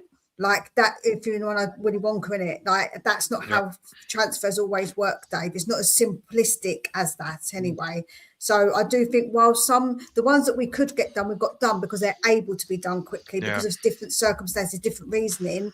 But with other ones, they are a bit more. Because even the one Elliot, when he went to City, you do know it was 6 weeks before they got him. It wasn't like straight away. People think that because it's Tottenham, they don't take as much notice of the timing. But if you look, even with Arsenal, when they get certain players in, it does take them a bit of time. Maybe some don't because they're easier deals to do. But the ones that are a bit more complicated, they do take their time as well. Most teams do, to be fair. If you look at the actual strategy's timing. crap. To be fair, I've just Strategy's realised I've just realised as well. There's been a whole World Cup campaign in the middle of this. Yeah, and there's been a Yeah. World Cup. Yeah. Yeah, but because their strategy's crap. That's Go on then, why. Ben. The You strategy's can talk. crap. I'll let you. I don't want to interrupt box office again. He bar me No, head no, off. go, Benji. No, just Terrify me. no, that wasn't meaning anything of the mirror, by the way. I know, mate. I'm joking. I know. Big up, my man. Right, look. Do you know what? So a lot of people talk about the player, the staff behind the scenes. You know, the people that deal with the footballing matters, the transfers, so on and so forth. Can I just say, right? I think should we bring in a Savinho, a Gakpo, and possibly a striker on top of Tonali, Van Heck, Fernandes? It would almost point towards a little bit of evidence that maybe these people, like your Lange and whoever it may be, might have been a bit handicapped underneath the previous regime. So listen, if we end this transfer window, and God, I hope we do, with the players that we're talking about, for me, all of those people we've moaned about that aren't footballing people deserve some credit. Yeah, I think that what happens a lot of the time, when it comes to things that have gone wrong, obviously everybody's it's easy to pile on them. When it comes to good things, then things are like people are more hypercritical, right? Because it's not exactly what they want. And we've got to understand that obviously things are subjective. So a player is subjective. So I'm not really keen on Savinho, but obviously we know that Benji's wet for him. So, you know, that's the difference, right? It's subjective. So that means that if I say I'm not happy because of that, it's a subjective view, but people still nitpick it, right? I'm happy if he comes in and does well, actually. So I'm not one of those, but some people aren't going to be happy. Mr. Box Office has hired, he thinks in going to a pub and get a 10 out of 10, but not everyone has got that confidence to think they can get a 10 out of 10, you know? Mr. Box Office will land at 10 every fucking time. No doubt. Wait a minute. Like when I've got fans saying bigging up our team and stuff and telling me to be happy, I expect a lot, especially if you're spending how much money on a season ticket, which is over about 2,000 quid, right? The minimum is about 1,500. So no disrespect. I think I should expect a little bit more than seeing that below average Emil Heskey with Charleston in my bloody team. No, Emil Heskey, aka with Charleston in my team. Yeah, I'm sorry. I'm just again, I'm not having a go at you, Mia. But it's you know what I mean. It's just like Joe, with the ticket thing, Alex, what I will say is that I don't really agree with this whole using ticket price, because you go to support your club. There's not an outcome of you buying a ticket, right? You buy the ticket because you want to go and support your club. You don't buy it because you have an expected outcome from buying that ticket. You go because you support your club. So I never really agree with this I pay my ticket prices. I think it's because maybe for me it's about the ambition of the club, and I feel like the ambition of our club, it should be high. It isn't because we pay X amount ticket prices. I just feel we're a big enough club that we should have enough scope to feel like we've got have decent expectations. While we're not a humongous club, I feel like we're a big enough club to have decent expectations, right? So I don't think that ticket prices really have got much to do with it, in my opinion, because you support the team because but I don't talk about the outcome, though. It wasn't about the outcome. The outcome, but it is because it's players that you subjectively feel are worth it because you pay that money. But that's subjective. I do expect it, though. I do expect it. But that's subjective. But that's subjective, Alex. That's not subjective at all. Because it's about players that you want. So it's not about that's a subjective thing, right? So how is it subjective that we've seen this guy for how many years now and his quality's been crap the last how many years? So how's that subjective?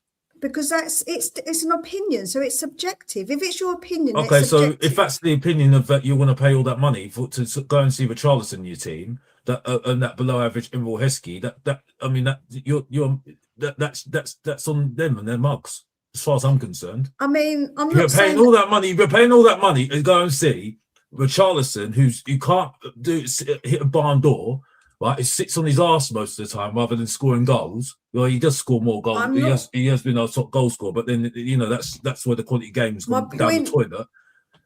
My point is a bigger point, not just about Richarlison. My bigger point is that when you say that you pay and you expect, that's subjective of what you expect, because it's your opinion of what you rate, because you might not rate players that I rate. I might rate players that you don't rate. So that is subjective. But when you're saying that you expect, maybe you expect certain things, like you want to finish a certain position, that's different, because obviously that's something. Yeah, but I wasn't talking about position though. I wasn't talking about position. I was talking about more about the players. Because if we're going to be paying up to £2,000 to watch Richarlison, that below average Emil Heskey, or see Burval like trying to do his apprenticeship, or Archie Gray, that Harry Winks impersonator, right? I don't think that's worth it. Right? If I'm watching Marmoush, if I'm watching Savino, maybe if he proves himself, if I'm seeing Gakpo, right? If I'm seeing Harry Kane, right? Cool. We've got a conversation. But I'm sorry. But then what? The outcome. I agree with you. I agree with the outcome. Because you can't moan about the outcome. You know what I mean? That's different. That's a different story. But for me, I wouldn't be. I think there should be a bit of a standard if you're paying up to 2,000 quid, over 2,000, 2,500 quid. And even more for travel, if you've got the standard place is crap. He's bang on 100%. It's not. I agree with you about the outcome, though. Yeah, that's the thing. When you talk about the scores, you can't. That for me is something that is just going to happen. You just got to support your team, but the quality of the players, that's on the owners. That's on the if you're going to start charging people a lot of money. I'm sorry, you've got to have a little bit of a standard. Sorry, that's just me. No, I do get that, but but standard is subjective. I get that, but standard is subjective, right? Because it depends on your opinion of a player. So that's subjective. You're being made to pay to go to a circus with no clowns. It doesn't make any sense. Well, why? Well, you're not there, so is that why? I come on your show and this is how I get fucking treated. I tell you what, woman. I tell you what, you're cruising. Calm yourself down. Yeah, go on. What was you saying? No, that was it. I'm sorry. Oh, fair enough. I'm not going to speak for the rest of the show now. All right, there you go. No, I was just saying, I agree with Alex, because that's not nice, Danny. All right. Look, just because one of your fucking family members has been kidnapped by Enoch, which is why you've changed your whole fucking look on them, don't come at me. That's why you're not turning your camera on. I'm convinced. Johan Lange is behind fucking DK of a gun at all times. God, say something, Danny. I dare you. Oh, look, all I'm saying is, right, I agree with what a box office is saying, because quite frankly, as I said a minute ago, it's like paying to go to a circus with no clowns. Like, you can't be expected to pay that amount of money and see what we've seen for the last 2 years. It's an absolute fucking disgrace. And I know you could take aside, the Europa League, but that wasn't exactly a hard thing to go out and do, given the level of teams in that competition. But yeah, I'm with Alex all day long. The amount of money they charge us as fans compared to what they serve up to us is an absolute disgrace. Yeah, no, I mean, get that. Danny, didn't you tell me once upon a time that Fulham charged more than Spurs, though? Fulham? Yeah, it was either you, Danny, or it was Danny. One of you told me Fulham prices are even more expensive than Spurs. Yeah, they are expensive. I know they're expensive. See, I've never said that. No, I don't think I've ever said that. Danny, pattern up, mate. You there? Is he? I don't know. Dan? I don't know what Not he's you, doing. sorry. Yeah, sorry, I've got three or four things going on at the same time. Go on, mate. You were saying sorry. What do you think on that then, pal? It was a big subject, and lots of people are interested in your answer. They're all, yeah. Sorry, mate. I was elsewhere. I was trying to sort something out. No, you're all right. You're all right. No, I was saying, Dan, we were discussing the prices of how much you've got to pay to go and watch the Dross at Tottenham Hotspurs, which is a disgrace. But wasn't it who told me Fulham? I'm sure you told me Fulham or more. Yes. Yeah, that's crazy. And again, criminal. I mean, don't get me wrong. Fulham are a decent football team, but I don't know. The prices in London are an absolute joke. And especially for what we've had to watch over the last 2 years, I don't know how Spurs get away with it. And the crazy thing is, we're such a massive club. Our fan base is so huge. That's it's why not difficult to do. That's exactly why we get away with it. Yeah. Our fan base is so huge, and do you know what I mean?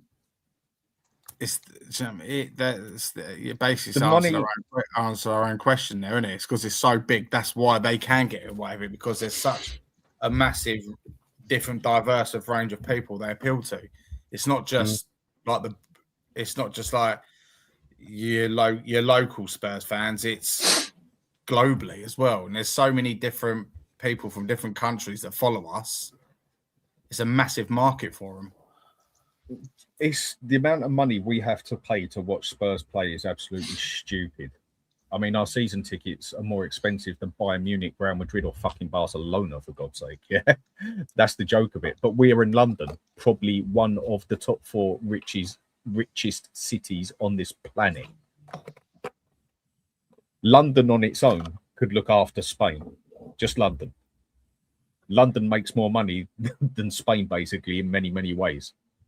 Unless you take Ibiza out of it, maybe, which makes a little bit of money for him. What I'm basically saying is London is that big a capital with money. It could support pretty much most countries on this planet, bar when you look at things like America, China, stuff like that, obviously, yeah? But we've got the biggest income in Europe in London. So everything there is just stupidly overpriced. And that's why Fulham, Palace, and everything else is just absolutely stupid. Yeah. Anyone else got anything to add before we go on to the next thing? Nope. My name is Jeff. My name is Jeff. Joe, what? I only actually watched that the other day with the kids. I love that film. It's great, isn't it? So funny. It's great, yeah. My name Cherry Pie. Oh gosh. By the way, You caused that. Right? You caused that. By the way, yeah. I'm waiting till halfway through the season when this guy's going to be sulking, yeah.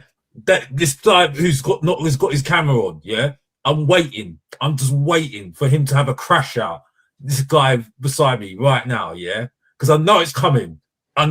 He's going to come on We Are Tottenham TV. He's going to have a go at Sim and Ben, especially Sim. I haven't had a crash out on Spurs in years. Oh, whatever. I have crash outs at people's opinions, not at Spurs. Oh, yeah, whatever. I've heard that before. Here we go. Yeah, long time ago, mate. Now, ladies, put the handbags away. No. I just had to put a little dig in there. You know what I mean? Because I'm going to be winding this guy up as much as anybody these days. Like, you know what I mean? Anyway, back to you, Mia. So for Brentford, who do you think we need back the most? And then we're going to go on to obviously the lineup because it looks like that Solanke is ready because from what he said. We also saw a Dogi in training, so it looks like a couple of players could well be back. So what's your thoughts about who we need back really the most? Madsen isn't fit, but he probably will play if he's going to be named captain. So I'll go to you first, Dave. Who do you think we need back the most? We need Kudus back the most out of all the players that are crocked at the moment. We need an outlet. Some sort of an outlet, because at the moment we ain't got one, and I don't know where he is the only one out of that lot that can create that spark, in my opinion. Obviously, Madders, we know what he's capable of. Do you know what I mean? He's more than capable of pulling the strings and stuff. But I've just got no confidence in our front line. Haven't done for many years. Front line? Well, yeah, exactly. We don't even have a front line, do we? Can you say that again? Solanke and the Doji are going to be fit? Not necessarily. We just saw them training, so they could well be on the. We don't know. We don't know what they are. Well, they're not fit. Well, no, because he did say that he's keeping the players and he's being very careful with them. So because we said that about Madders, and then Madders came on, didn't he? Because he said he said in his Instagram that he's actually not got an injury. But did you see him on the pitch? You saw him on the pitch, Mia. I did just say that he was rusty. I just said that he was rusty. He looked well off the pace. I did say. I'm sorry. Anybody telling me that Solanke's fit It's like me telling me that I'm like Brad Pitt. Honestly, what we doing here? Solanke's put a post up. Solanke's put a post up. It's nearly time. So there's a lot of people saying he it's might like me start. saying I've got big muscles. Well, I am getting big muscles anyway. So at gym, that's why I was late. But my point is though, yeah, right. I just don't believe this. You know what I mean? I just don't believe this. I think they're just doing it as a front, just to troll us, like bloody Madison. We've got to be honest. We need You know a what I number mean? 10 desperately. I think number 10 is a position we desperately need as well. So We do, but we can make do without it, though, Dan, because you can play a flat three. So I know what you're saying, and you are right, we do. But I think our bigger problems, it's got to be that front line. Like, that has to be for... I mean, all honesty, dare I say... Look, until we know what's going on with Kudus, and a little bird tells me he's going to be on the bench for Brentford, by the way. How true that is, I don't know. But until Kudus is fit... Look, I know no one wants to tell, but is right wing not the priority at the moment? Because technically we don't really have one bar Mikey Moore. And he's not even right wing, he's more left wing. No, he's not. And he'll tell you that himself. He's not that great. I know the other day he did well in the game, fine, but it's a friendly and the opposition wasn't great. Exactly. So I'm not gonna wax lyrical about the guy. But listen, going to Brentford is terrifying. You can laugh at that all you want. But go check out their home record last year. And we're away, by the way. Yeah, Brentford is an easy marble to slip on. Make no mistake. I'm very nervous. Personally. So am I. I'm petrified. It's going to be, in my opinion, it's going to be Gray right back. Kevin Shardo will have an absolute field day with him. He'll just he's captain and run. Who's on the left? Who's on the left for them? So who's on the right for them? Because as far as I'm concerned, Robbo's going to be a left back, and he can't defend for shit. You think Porro's same bad. as Porro? God damn. I don't know who's worse. No, I don't know who's worse out of them two. Mate, I think he might be Robbo. I'm dead serious. In terms of who's worse, I actually think it's Robbo. At least Porro can stand in front of the ball, isn't it? But who's on the right for them? So Sharda's on the left. Who's on the right for them? Does anyone know? I can't think who it is. I'll look it up right there. Chat, you guys are usually brilliant. They Let's haven't look got it up. Henderson anymore, haven't they? Brentford. I do think it's going to be a slow start. I do think it's going to be a slow start from us against Brentford. I think it's going to be more a draw for me. I think we get a draw. I just don't see us winning because I think there's just too many variables at the moment because I don't think we're going to get the forward line in time to register them for the game, and so that means that we're going to have Richarlison up front properly with Tell.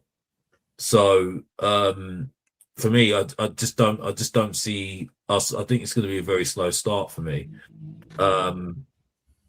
Yeah, that's just me really. But I don't. I think the thing that's helping us at the moment is that Tonali and Fernandez might be will be in our midfield probably, and so we're going to have control of that midfield. I think in that sense, it's just with all the excitement and anticipation of the first game and Brentford, I don't think they really have changed their team too much. I just think it's going to be too much for us to get a result, actual win. That's well, we'll talk about. Hold on, we're not going to talk. I'm going to ask a score prediction in a minute. Let's do lineup, guys. So we're going to obviously have Kinski in goal. The back two, are we all agreed that it's going to be probably Senesi and Van Heck because we don't think Van der Ven's fit. On the right side, I don't think we'll see Porro. I think that Porro probably isn't quite ready, so we will see Archie Gray. And on the left, I think it will be Robbo. Personally, anyone disagree? It's going to be 100% Robbo. Yeah, agree. I can agree with that. Van der Ven can play on the left as well. Yeah, if that's the back line, we're getting fucking pumped. Well, if you're talking about defence of a back line, back four, who would you rather have on the left?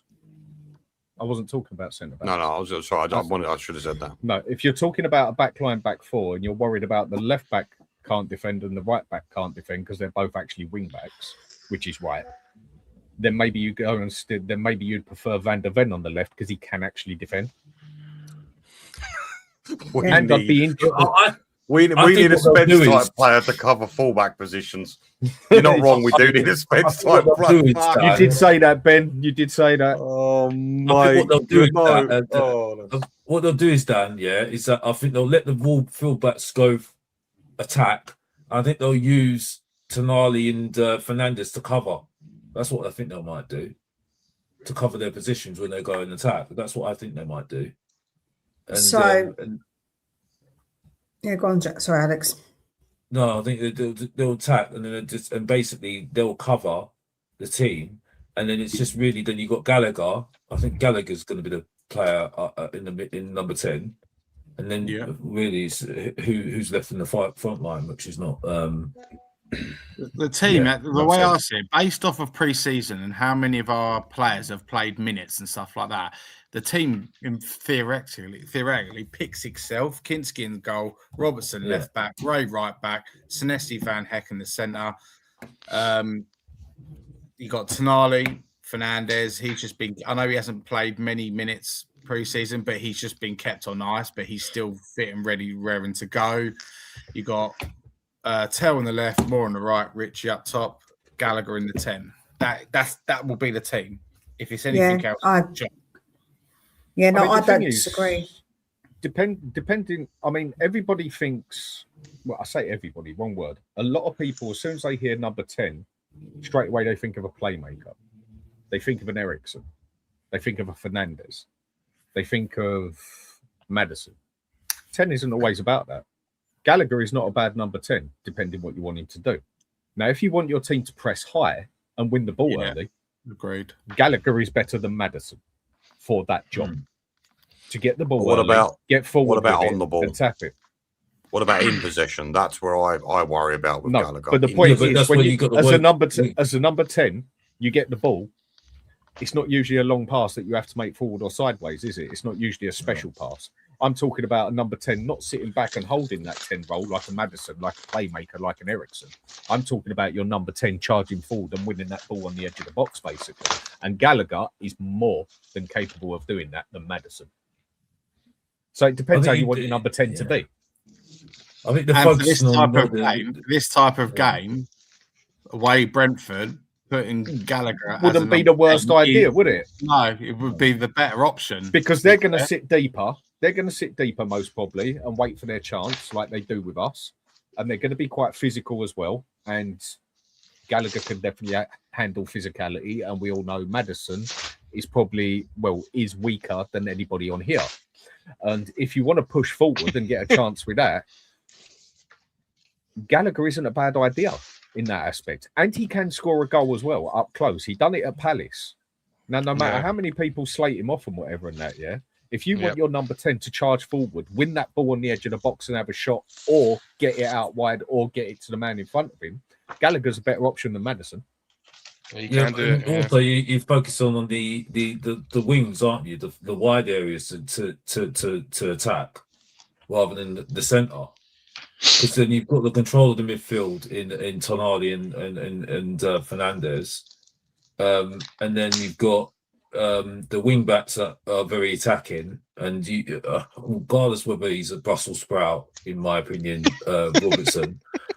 He still can. He can definitely. He's like Brussels sprouts. The way I said Brussels that was wrong. Like Brussels sprouts. I know it's going to irk you, Danny.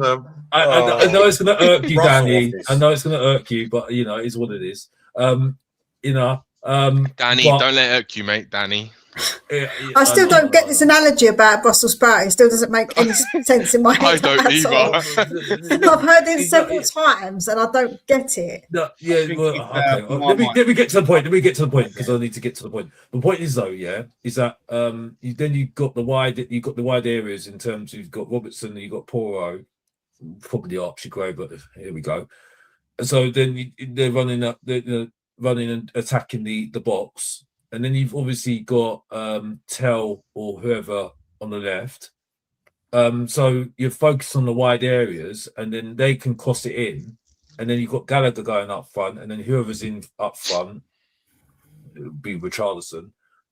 So at least then you've got that sort of combination at the moment. Now, I'm not saying that's a great combination, but I think that's where we're at the moment, if you know what I mean. It Well, would yeah. seem the more sensible way to do it as such, and we could press them that way, basically. And we don't really have much of an option there. If you wanted to put someone as a 10 with a bit more creativity there who could handle a 10 role, then you put Tonali there. Yeah. Yeah, but if you see in the games we've seen, it does look like he likes to do that pressing, doesn't he, De Zerbi? So Gallagher is the one that because he's got energy for days. So he is probably the one. Yeah, he's crazy how much energy that guy's got. So I think he's probably the best option right now, what we've got. And for somebody who's going to do that against Brentford, I feel like, that's probably more than likely, because we saw Maddison was well out, like not on point at all. So I wouldn't want to play an unfit or not on point Madders against the Brentford. That's going to be a tough team. At the moment, he's lucky. He'd be lucky to be in that squad right now. He'd be lucky to be in that squad right now. Who's Brentford's manager? Andrews, Keith Andrews. It's still Keith Andrews. Okay. Yeah.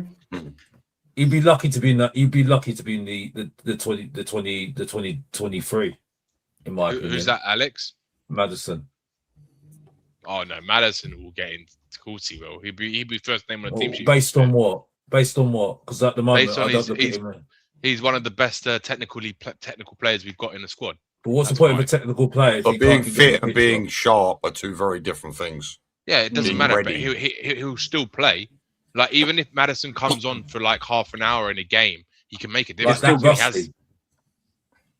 He made a difference. He made a difference when he came on the last 2 games of the season. See, I don't think he did, if I'm honest. I think people were just hyping and happy he was back. I did. I watched him in the ground. I was there. To me, he was a massive difference. Oh, okay. Fair enough.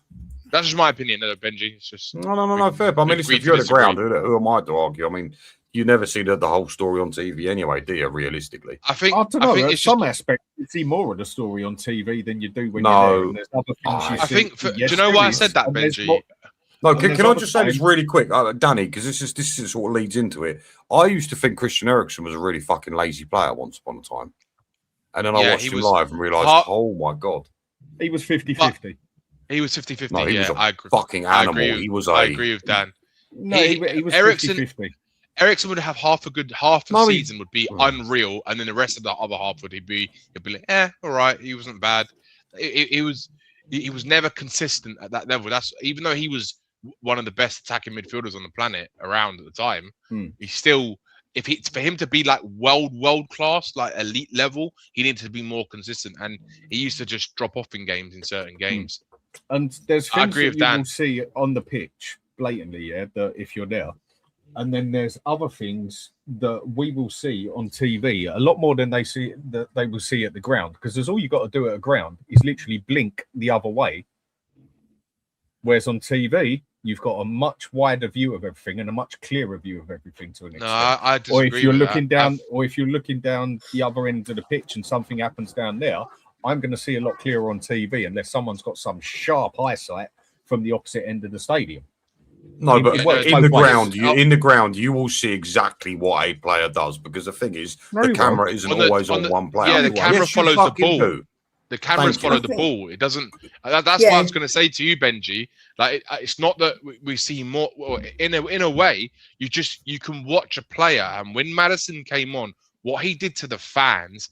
And like the energy that it gave everyone when he came on the pitch in those games, but not only that, the team started having more impotence. No, I know. I know what you're saying. He G'd the whole stadium. I get that, buddy. No, I'm not just saying that. From an attacking perception, he gave them more impotence. They were more confident going forward. He was giving them more. Right. Like, there was a chance he nearly scored in the game that in the first game he came back. Maybe maybe you're right, but it kind of is a technicality. I still don't think he particularly performed fantastically well. I get what you're saying, and to an No, extent, I don't think he can perform fantastically well. I think he did good considering. Yeah, considering he hasn't played football for a long time. That's a fair point. He did good. That's all. But there's many of things that can happen on a pitch that you won't notice sitting there. When it's all bundled up with players at a corner and stuff like that, when you're there, unless you're literally sitting in front of it, you don't see what goes on in that bundle. Not clear as day as you do on TV. Half the fouls you even miss it at the pitch, or you'd say it's a foul and you never realise that it wasn't. There's so much that happens on the TV that you will see that you don't see at a ground, but then vice versa as well. It works 50-50 for me on that one. Yeah, and I've got to agree. I think it is 50-50 because obviously I go games and I watch on the telly and off the ball, you're going to see more of what happens off the ball because you can see the whole pitch, especially because a lot of the time I sit with Phil P up in the gods. So I'm up really high so you can see the pitch really well. But then like you say, Dan, my eyesight ain't all that. So when it's at the other end of the pitch, sometimes, you can't always see clearly exactly everything. So, it's definitely a bit 50-50 for sure.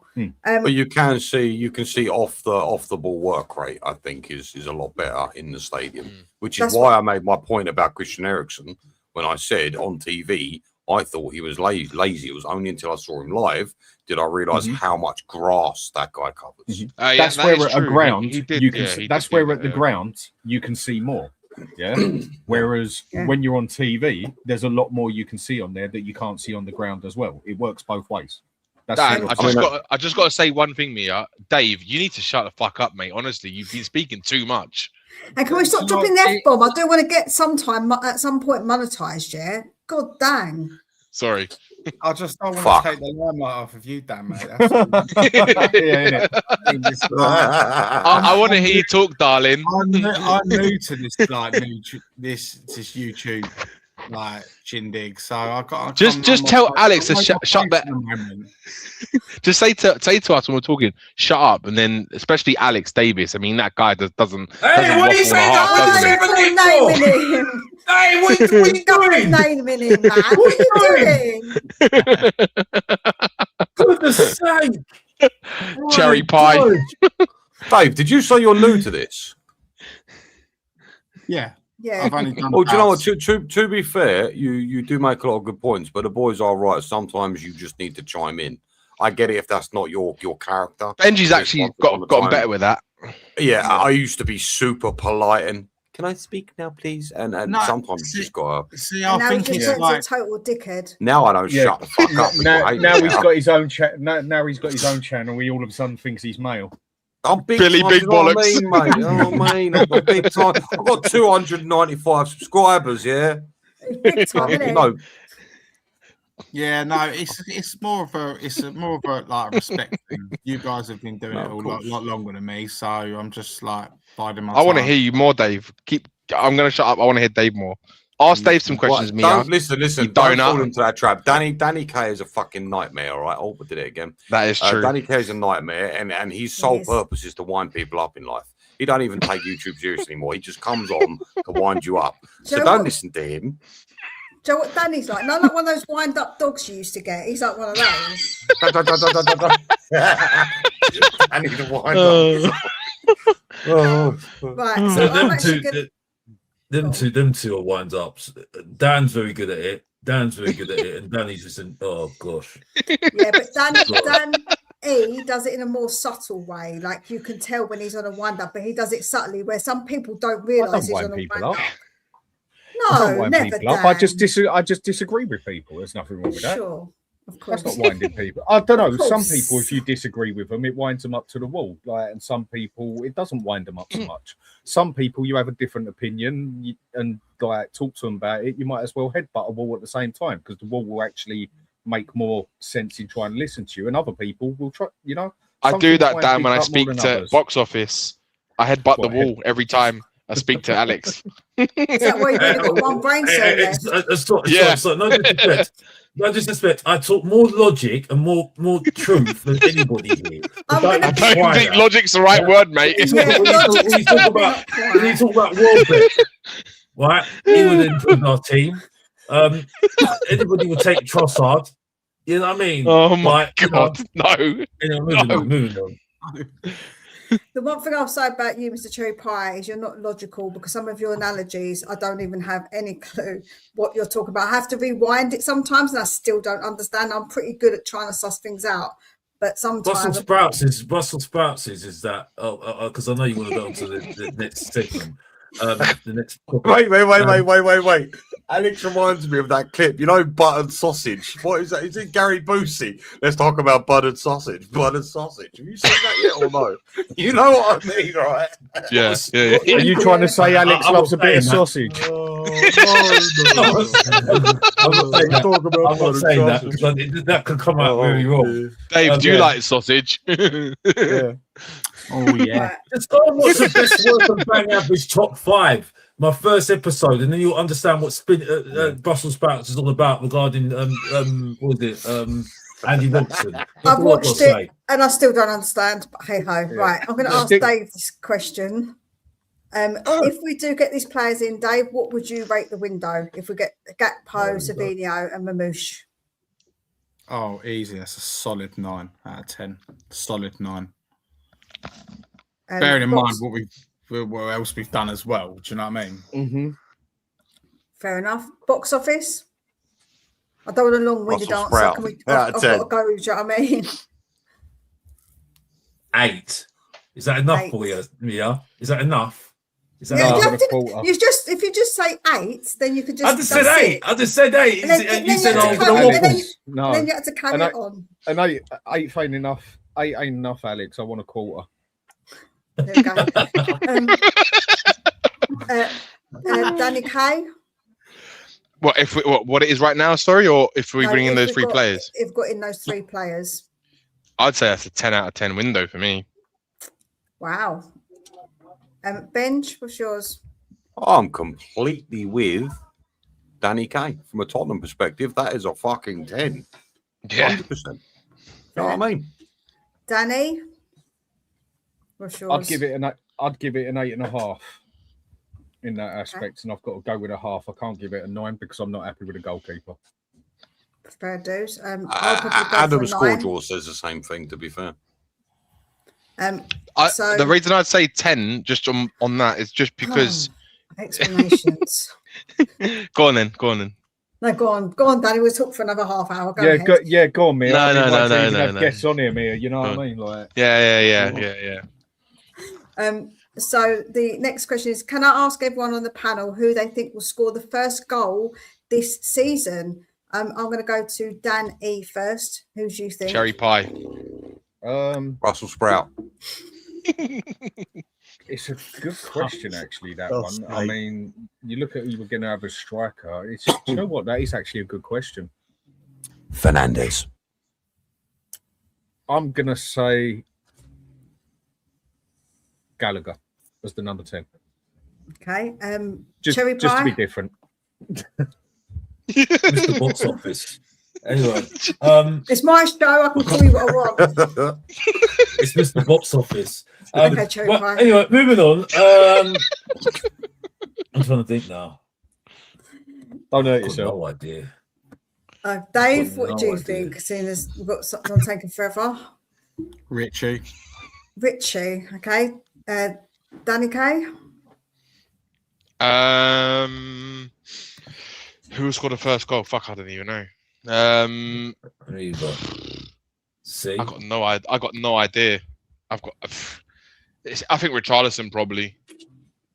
He I'm always gonna likes to score.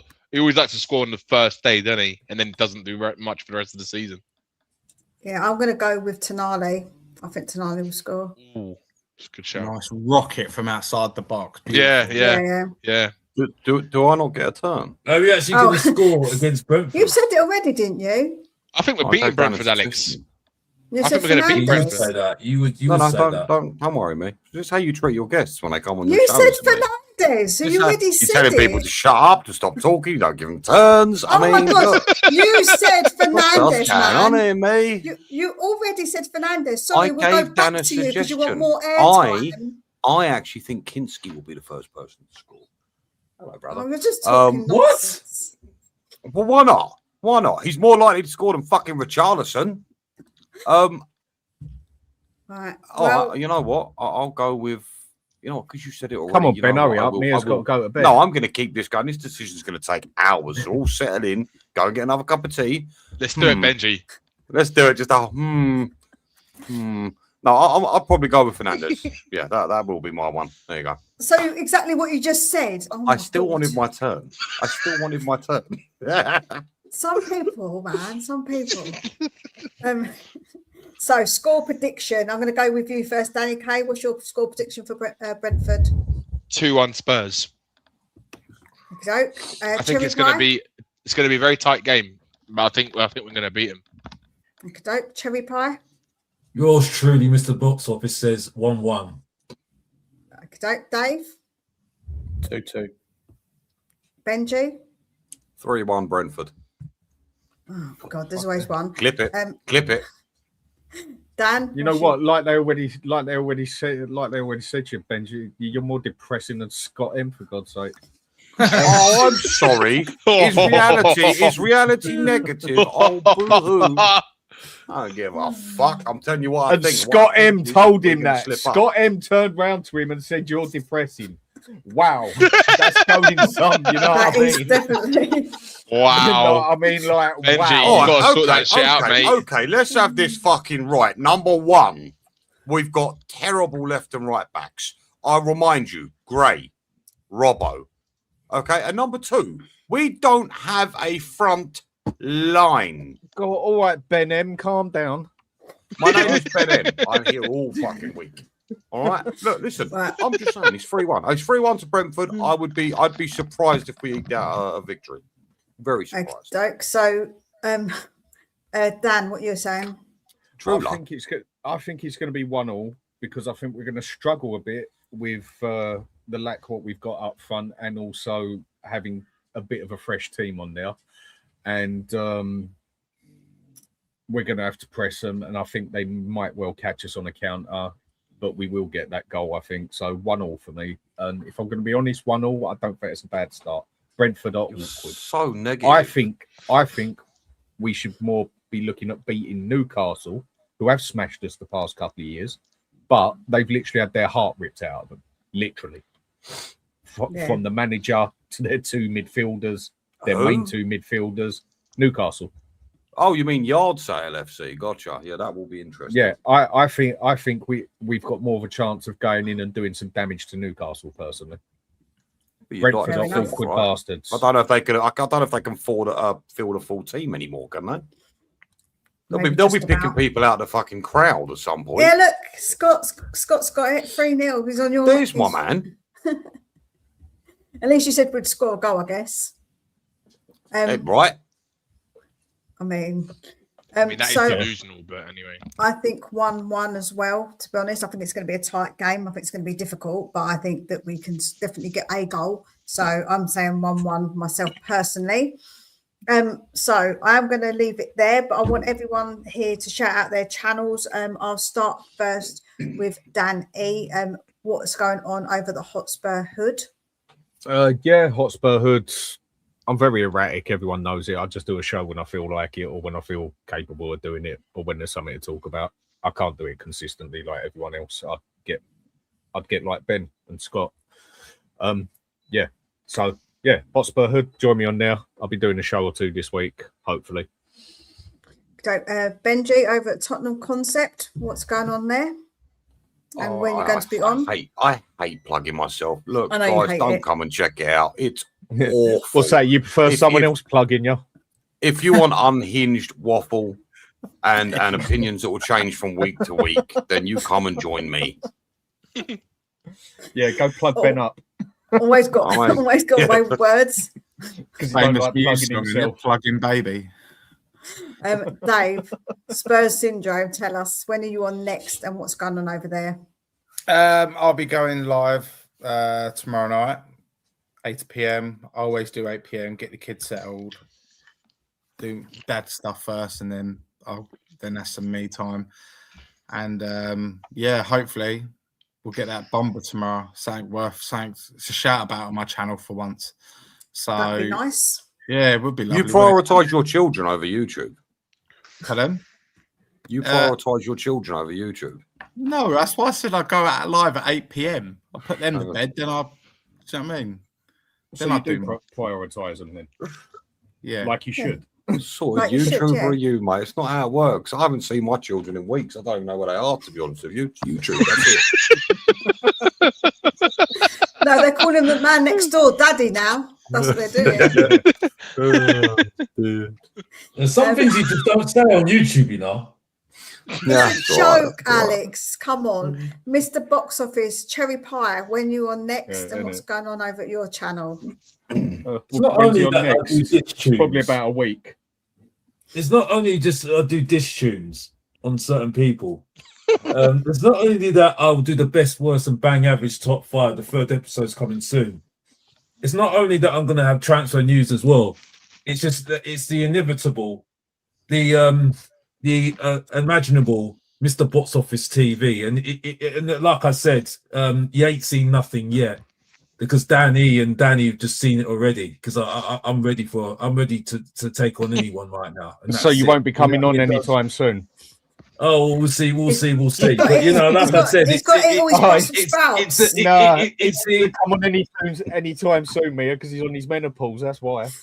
Oh yeah, I know. You wish, you know, because you know I'm not the guy that imitates. I originate. You know what I mean? And that's what the channel's all about. Mr. Box Office TV, the original Mr. Box Office TV, the main event, the Professor of Truth and Entertainment.